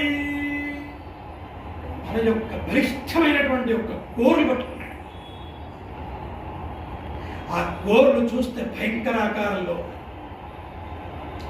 కోరులకు ప్రాణం ఉందా? ఉంది. మరి ప్రాణం ఉంటే ముట్టుకుంటే నువ్వదేంటి అసలు ఇది? కాబట్టి ప్రాణం లేదు. కోరుకు ప్రాణం ఉందా? ఉంది. ప్రాణం లేదా? లేదు. ప్రాణం ఉన్నది? లేదు. అస్త్రమా? కాదు. శస్త్రమా? కాదు. ఇది పట్టుకొని వాడిని ఆ భయంకరమైనటువంటి యొక్క గోరు పట్టుకొని ఒక్కసారి వాడి యొక్క కడుపును రెండుగా చీల్చినాడు. ఆ చీల్చడంతో రక్తం అంతా కూడా ధారాపాతంగా కారుతున్నది. వాడి యొక్క లోపల ఉండేటువంటి పేగుల్ని తీసుకున్నాడు, మెడలో వేసుకున్నాడు. ఆ రక్తం అంతా కూడా చేతులకు అంటుకుంటున్నది. ఆయన ఎంత పుణ్యాత్ముడు హిరణ్యకశిపుడు! సాక్షాత్తు మహావిష్ణువు దగ్గర మరణం. మహావిష్ణువు దగ్గర కాదు, మహావిష్ణువు తోటే మరణం. కాబట్టి ఇప్పుడు అలా వాడిని చంపేసినాడు. వాడు అలా గిలగిలా కొట్టుకున్నాడు, చచ్చాడు. వాడి శరీరం తీసి కింద పడేసినాడు. వాడిని ఏ రకంగా చంపాలో ఆ రకంగా చంపినాడు. ఆ చంపడం పూర్తయిపోయింది. తాను వెళ్ళి అక్కడ సింహాసనం పైన కూర్చున్నాడు. కూర్చొని చూస్తున్నాడు. ఎవడు వెళ్ళాడు దగ్గరికి? ఆ భయంకరమైన అగ్ని విస్ఫులింగాలు వస్తున్నటువంటి యొక్క ఆ కళ్ళు ఎవడు చూడాలి? భయంకరమైన యొక్క గోర్లను చూసి దగ్గరికి ఎవడు వెళ్ళాలి? గదువైనా కదులుతూ ఉంటే ప్రపంచమంతా కదిలినట్టు కనబడుతుంది. దాని దగ్గరికి ఎవరు వెళ్ళాలి? చూస్తున్నాడు. ప్రపంచమంతా కూడా అందరూ చూస్తున్నారు. ఒక్కసారి దేవతలు, యక్షులు, కిన్నరులు, కింపురుషులు, గంధర్వులు, విద్యాధరులు, బ్రహ్మాది దేవతలు అందరూ కూడా వచ్చినారు ఆ స్వామిని చూద్దామని. అందరూ కూడా ఆ స్వామిని చూస్తున్నారు. ప్రహ్లాద, నారద, పరాశర, పుండరీక, వ్యాస, అంబరీష, సుఖశూనక, గురునివాస, భక్త, అనురక్త, పరిపాలన, పారిజాత, లక్ష్మీ నృసింహ మమ దేహి కరావలంబం. అందరూ ప్రార్థిస్తున్నారు, కానీ ఎవరు దగ్గరికి పోయేటట్లేదు. అందరికీ వెళ్ళాలని ఉంది, కానీ ఎవరు పోతారు అక్కడికి? అందరూ పిలిచి అన్నారు చివరికి, అమ్మా తర్జంబుల నరసింహుని హర్షంబుల చూచి నిర్జరాంగనలో కరుషంబుల కుసుమంబుల వర్షంబులు కురిసి ఉత్సవంబుల నదిపా. దేవదానవులంతా కూడా వర్షం కురిపించారు, పుష్పవర్షాన్ని. కానీ ఆయన దగ్గరికి వెళ్ళడానికి ఎవరు సాహసం చేయట్లేదు. అమ్మవారు నిత్యానపాయని పిలిచినారు. అమ్మా లక్ష్మీదేవి, నువ్వన్నా వెళ్ళమ్మా, మా వల్ల కావడం లేదు. ఆయన ఉగ్రరూపం పోవాలి, ఆయన శాంతించాలి. ఆయన శాంతించకుంటే మనకు దిక్కు లేదు. కాబట్టి నువ్వన్నా వెళ్ళు తల్లి అన్నారు అందరూ కూడా. అదేమిటో తెలుసునా? మదీయ పూర్వ చరితంబులనింతకు ముందెన్నడు ఎరగలేదు. అయ్యా నేనేం చెప్పాలయ్యా, ఇన్నేళ్ళ ఆయనతో ఉంటున్నాను, కానీ నేను ఇప్పటిదాకా కూడా ఆయనను ఇలా ఎప్పుడు చూసి ఉండాలి. అదేంటి, ఆయన మనిషి కాదు, జంతువు కాదు. ఆయన శరీరం ఎలా వణుకుతోంది చూడండి, ఎలా అగ్నివిస్ఫులింగాలు వస్తున్నాయి. నా భర్త ఇలా ఉంటాడని నాకు తెలియదయ్యా. ఇంత భయంకర రూపంలో ఉంటాడని నేను ఎప్పుడు చూడలేదు. కాబట్టి నేను కూడా ఆయన దగ్గరికి వెళ్ళలేను. నీకు దండం పెడతాను. ఆయన కూడా విద్యాయనబాయి అమ్మవారు సాక్షాత్తు హృదయంలో పెట్టుకున్నాడు. ఆమె తీసుకెళ్ళి ఆమె కూడా ఆయన దగ్గరికి వెళ్ళడం కొరకు నాకు భయమైతుందనే ధ్వని వచ్చే రకంగా మాట్లాడింది. ఆమెకేం భయం? ఆమె వెళ్ళదలుచుకుంటే వెళ్ళదా? కాదు. ఏంటి తెలుసునా? అంటే సాక్షాత్ భార్య చూసినా కూడా అంత భయంకరంగా ఉంటుంది. ఎవరి స్వభావం? రాక్షసుని యొక్క స్వభావం. మనకు ఏమవుతుందంటే వాడి దగ్గర ఉండే భార్య చూసినా కూడా అంత భయంకరంగా కనబడతాడు. అంటే నరసింహుడు ఎవరిని చంపాడు? ఇప్పుడు రాక్షసుని చంపడం కొరకు వచ్చాడు. అప్పుడు రాక్షసుని చంపాడు. చంపడం కొరకు వచ్చినటువంటి ఏ రూపమైతే ఉందో అది పరమ రాక్షసు. వాడు ఏమన్నాడు? నేను నిన్ను చంపుతా అన్నాడు. వాడికంటే ఎక్కువ రాక్షస స్వభావం కావలేదు మళ్ళీ ఇది కూడా. కాబట్టి అటువంటి స్వరూపంలో అంత భయంకరంగా కనబడుతున్నాడు. అటువంటి భయంకర స్వరూపాన్ని చూడలేకపోయింది నిత్యానపాయిని. అందరూ కూడా మరి ప్రార్థిస్తూ ఉన్నారు. దేవతలు, గంధర్వులు, భుజంగులు, మనువులు, ప్రజాపతులు ఒక్కరేంటి అందరూ ప్రార్థిస్తున్నారు. ప్రహ్లాదుని పిలిచినారు. అయ్యా, ఇక మా వల్ల కాదు, నీ వల్లనే కావాలి. ఎందుకంటే ప్రహ్లాదుని రప్పించింది నువ్వు, ప్రహ్లాదుని పిలిపించింది నువ్వు. కాబట్టి నీ మాట నా వింటాడేమో చూడవయ్య బాబు. వెళ్ళు, నువ్వు వెళ్ళు. ఎక్కడికి వెళ్ళాలి? ఆయన దగ్గర. ప్రహ్లాదా, నీకు భయం కావడం లేదా? ఎందుకు భయం? నాకెందుకు భయం? ఆయనను చూస్తే నాకేం భయం లేదు. ఆయనను చూస్తే ఇంతకుముందు చెప్పుకున్నాం కదా, చంద్రబింబం లాంటి ముఖమని. ఆ స్వామిని ఎలా చూస్తున్నాడు ఈయన ప్రహ్లాదుడు?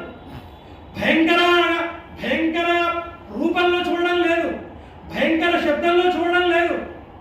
ఎలా చూస్తున్నాడు ఆయన అంటే, నైషా పరావర మతిర్భవతో నమస్యాత్ జంతోర్యథాత్మస్సు హృదంగతస్తథాపి సంసేవయా సురతరోరివ తే ప్రసాదః సేవానురూప హృదయో నవపరపరత్వం. హే భగవాన్, నీ యొక్క రూపము అందరూ చూడదగినది, ప్రశాంతమైనది. ఇది ఈయన మాట. మనందరికేమో అలాగే పడితే ఆయనకేమో అలాగే పడుతున్నాడు. నీ యొక్క మూర్తి స్వరూపము చాలా సౌమ్యమైనటువంటిది, చాలా ప్రసన్నుడవయ్యా నువ్వు. అటువంటి నీ స్వరూపాన్ని చూస్తే నాకు ఆనందం కలుగుతున్నదయ్యా అని ఆ భగవంతుడైనటువంటి యొక్క ఆ నరసింహస్వామిని ప్రార్థించినాడు. అందరూ కూడా కరదంశాలు అంటున్నారు. నాకేమో ఏం కనబడడం లేదయ్యా అన్నాడు. నృసింహ గాయత్రి ఉంది కదా, వజ్రనఖాయ విద్మహే తీక్ష్ణదంష్ట్రాయ ధీమహి తన్నో నరసింహ ప్రచోదయాత్. ఆయన యొక్క వజ్రదంష్ట్రాలు, ఘోర పండ్లు, ఆయన గోర్లు అవన్నీ కూడా భయంకరంగా ఉన్నాయి. కానీ ప్రహ్లాదుడు ఇవన్నీ కూడా చూసినాడు. చూసి చాలా ఆనందంతో ఆయన ఆ నరసింహస్వామిని ప్రార్థించినాడు. అప్పుడు నరసింహస్వామి అన్నాడు, ఏ ప్రహ్లాదా, నిన్ను చూస్తే నాకు ఆనందం అనిపిస్తున్నది, చాలా సంతోషం నాయన. ఒక్కసారి నీకేమన్నా వరం కావాలంటే కోరుకోవయ్యా అన్నాడు. అంటే అప్పుడు ఆయన ఏమన్నాడు తెలుసిన, ఇక నువ్వు లీలామానుషుడు, నువ్వు ఎంతసేపటికి వరాలు ఇస్తా అంటూ ఉంటావు. కానీ నువ్వు చేసే పని ఏంటి తెలిసిన, నన్ను మళ్ళీ ఘోటక వదనుడవై మధుకైటపులం ధృంచి నిగమ గణముల నెల్లను పాటించి ఎదునకిచ్చిన కూటస్థుడ విశ్వరూపుడవు కోవిదవర్యాలు. ఎటువంటి వాడు తెలిసిన, మధుకైటములను చంపినటువంటి వాడివి, విశ్వరూపుడు నువ్వు. అటువంటి నువ్వు నాకేదో వరమిస్తా అంటున్నావు. ఎందుకొరకయ్యా నీ వరము నాకు? నన్ను తీసుకెళ్ళి ఏం చేయాలనుకుంటున్నావు? నువ్వు సంసారంలో దింపాలి అని చూస్తున్నావు. వరం కోరుకోవడం అంటే నేను మళ్ళా సంసారంలోకి దిగడమే. నాకే కోరిక లేదు, నాకు వద్దు వరం. అలా కాదు నాయన, నా బుద్ధివంతుడా, నా కొడుగా, ఒక్క మాట మీద నా వరం కోరుకో. నాకు వరం వద్దంటుంటే మళ్ళీ నువ్వు వరం కోరుకోమంటావేంటి? నాకేం వరం వద్దయ్యా. తల్లివి నువ్వే, తండ్రివి నువ్వే, అన్నీ నువ్వే, ఇంకా వేరే ఎవరు లేదు నాకు. మాతా నృసింహాష్ట, పితా నృసింహ, భ్రాతా నృసింహాష్ట, సఖా నృసింహ, విద్యా నృసింహో, ద్రవిణ నృసింహ, స్వామి నృసింహ, సఖల నృసింహ. శంకరుడు అన్నమాట. అన్నీ నువ్వే అంటుంటే మళ్ళీ నాకు ఇంకా వరం ఎందుకు? నాకు అక్కర్లేదు వరం, నన్ను దింపకు. అలా కాదు ఆయన, నేను నీ కొరకు వచ్చాను కాబట్టి నువ్వు ఏదన్నా కోరుకోవాలి. ఇగో నేనేం కోరుకో, ఏం కోరుకుంటా తెలుసిన? నా తండ్రి ఉన్నాడే, ఇప్పుడు తండ్రి అనే మాట వాడుతున్నాడు ఇక్కడ. వాడు ఏమంటున్నాడు? నా తండ్రి నిన్ను కనీసం నీ తొడలపైన పడుకోబెట్టినప్పుడన్నా కూడా నిన్ను చూసి నమస్కారం చేయాలి. ఆయన లేవట్టి తీసుకుపోతున్నప్పుడైనా కూడా నారాయణ అని పిలవాలి. అప్పుడైనా నువ్వు క్షమించి వదిలిపెట్టేవాడివేమో. అటువంటి నా తండ్రికి సద్గతులు ప్రాప్తింపజేయమన్నాడు. బడా నిజంగా కొడుకు అంటారు. ఏ కొడుకైనా తండ్రికి భగవదనుగ్రహం కావాలని కోరుకోవాలి. ఏ కొడుకైనా కూడా నా తండ్రి ఉన్నత స్థితిలో ఉండాలని కోరుకోవాలి. కాబట్టి నువ్వు సరిగ్గా అదే కోరుకున్నావు.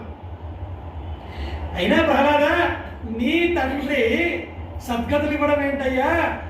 నీ తండ్రి నన్ను చూసినప్పుడే సద్గతి పొందాడు. స్తంభంలో నుంచి ఎప్పుడైతే నన్ను చూశాడో అప్పుడే సద్గతి పొందాడు. ఈ చావు మరణాలన్నీ కూడా నాటకం. నా చెయ్యి పడ్డప్పుడే నా లోపల లీనమైపోయినాడు. కాబట్టి నీ తండ్రికి సద్గతులు ఎప్పుడో వచ్చేసినాయి. కాబట్టి నువ్వు భయపడకు, నిన్ను ఈ సింహాసనం మీద కూర్చోబెడతాను. మళ్ళీ నాకెందుకయ్యా ఈ సింహాసనం?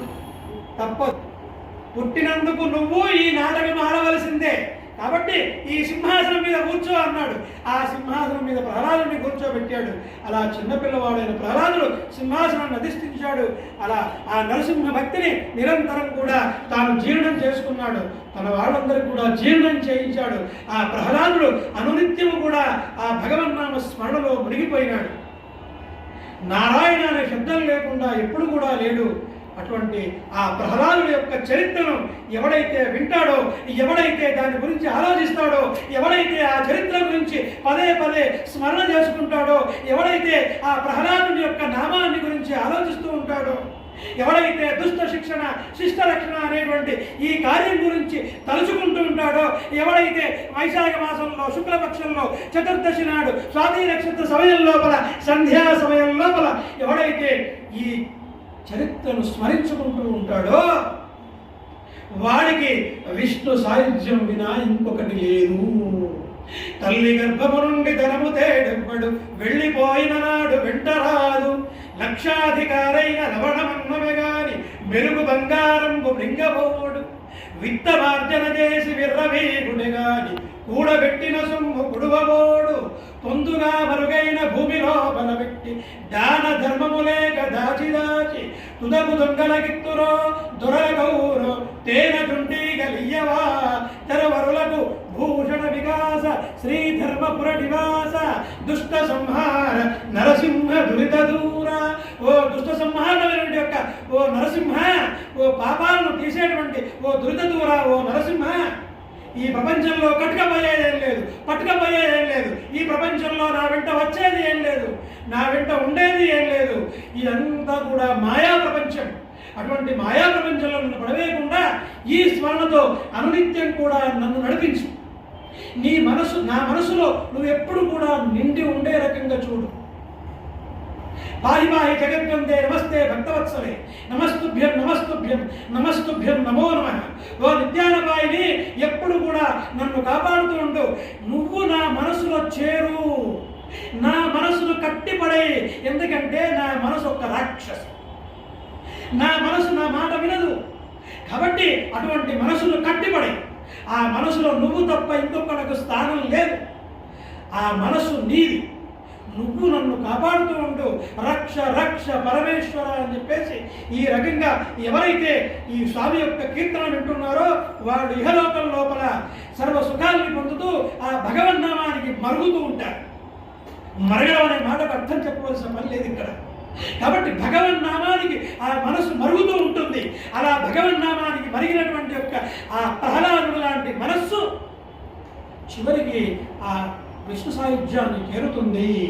అలా చేరాలని అందుకొరకు మన ఈ పుణ్యాలన్నీ కూడా తోడ్పడాలని చెప్పేసి మనమంతా కూడా ఆ లక్ష్మీ నరసింహుని ప్రార్థిస్తూ అన్యథా శరణం, ఒకసారి అందరూ కూడా అనండి, అన్యథా అన్యథా శరణం నాస్తి నాస్తి త్వమేవ త్వమేవ శరణం మమ శరణం మమ తస్మాత్ తస్మాత్ కారుణ్య కారుణ్య భావేన రక్ష రక్ష నృకేసరి కేసరి రక్ష రక్ష నృకేసరి నృకేసరి రక్ష రక్ష రక్ష నృకేసరి కేసరి రామ హరే రామ రామ రామ హరే హరే రామ హరే రామ రామ రామ హరే హరే హరే కృష్ణ కృష్ణ కృష్ణ హరే హరే హరే కృష్ణ కృష్ణ కృష్ణ హరే హరే హరే రామ రామ రామ హరే హరే హరే రామ రామ రామ హరే హరే హరే కృష్ణ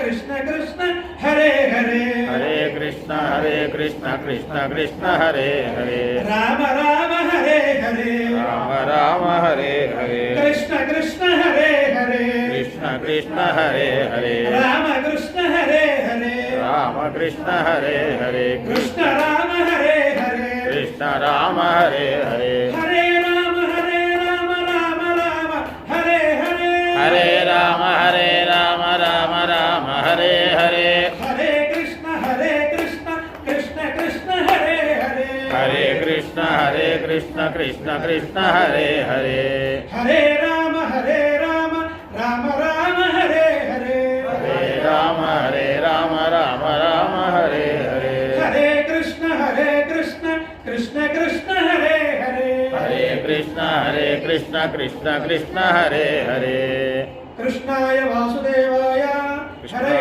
పరమాత్మనే ప్రణతక్లేశనాశాయ గోవిందాయ నమో నమః గోవిందాయ నమో నమః సర్వం శ్రీ లక్ష్మీ నృసింహ చరణారవిందార్పణమస్తు.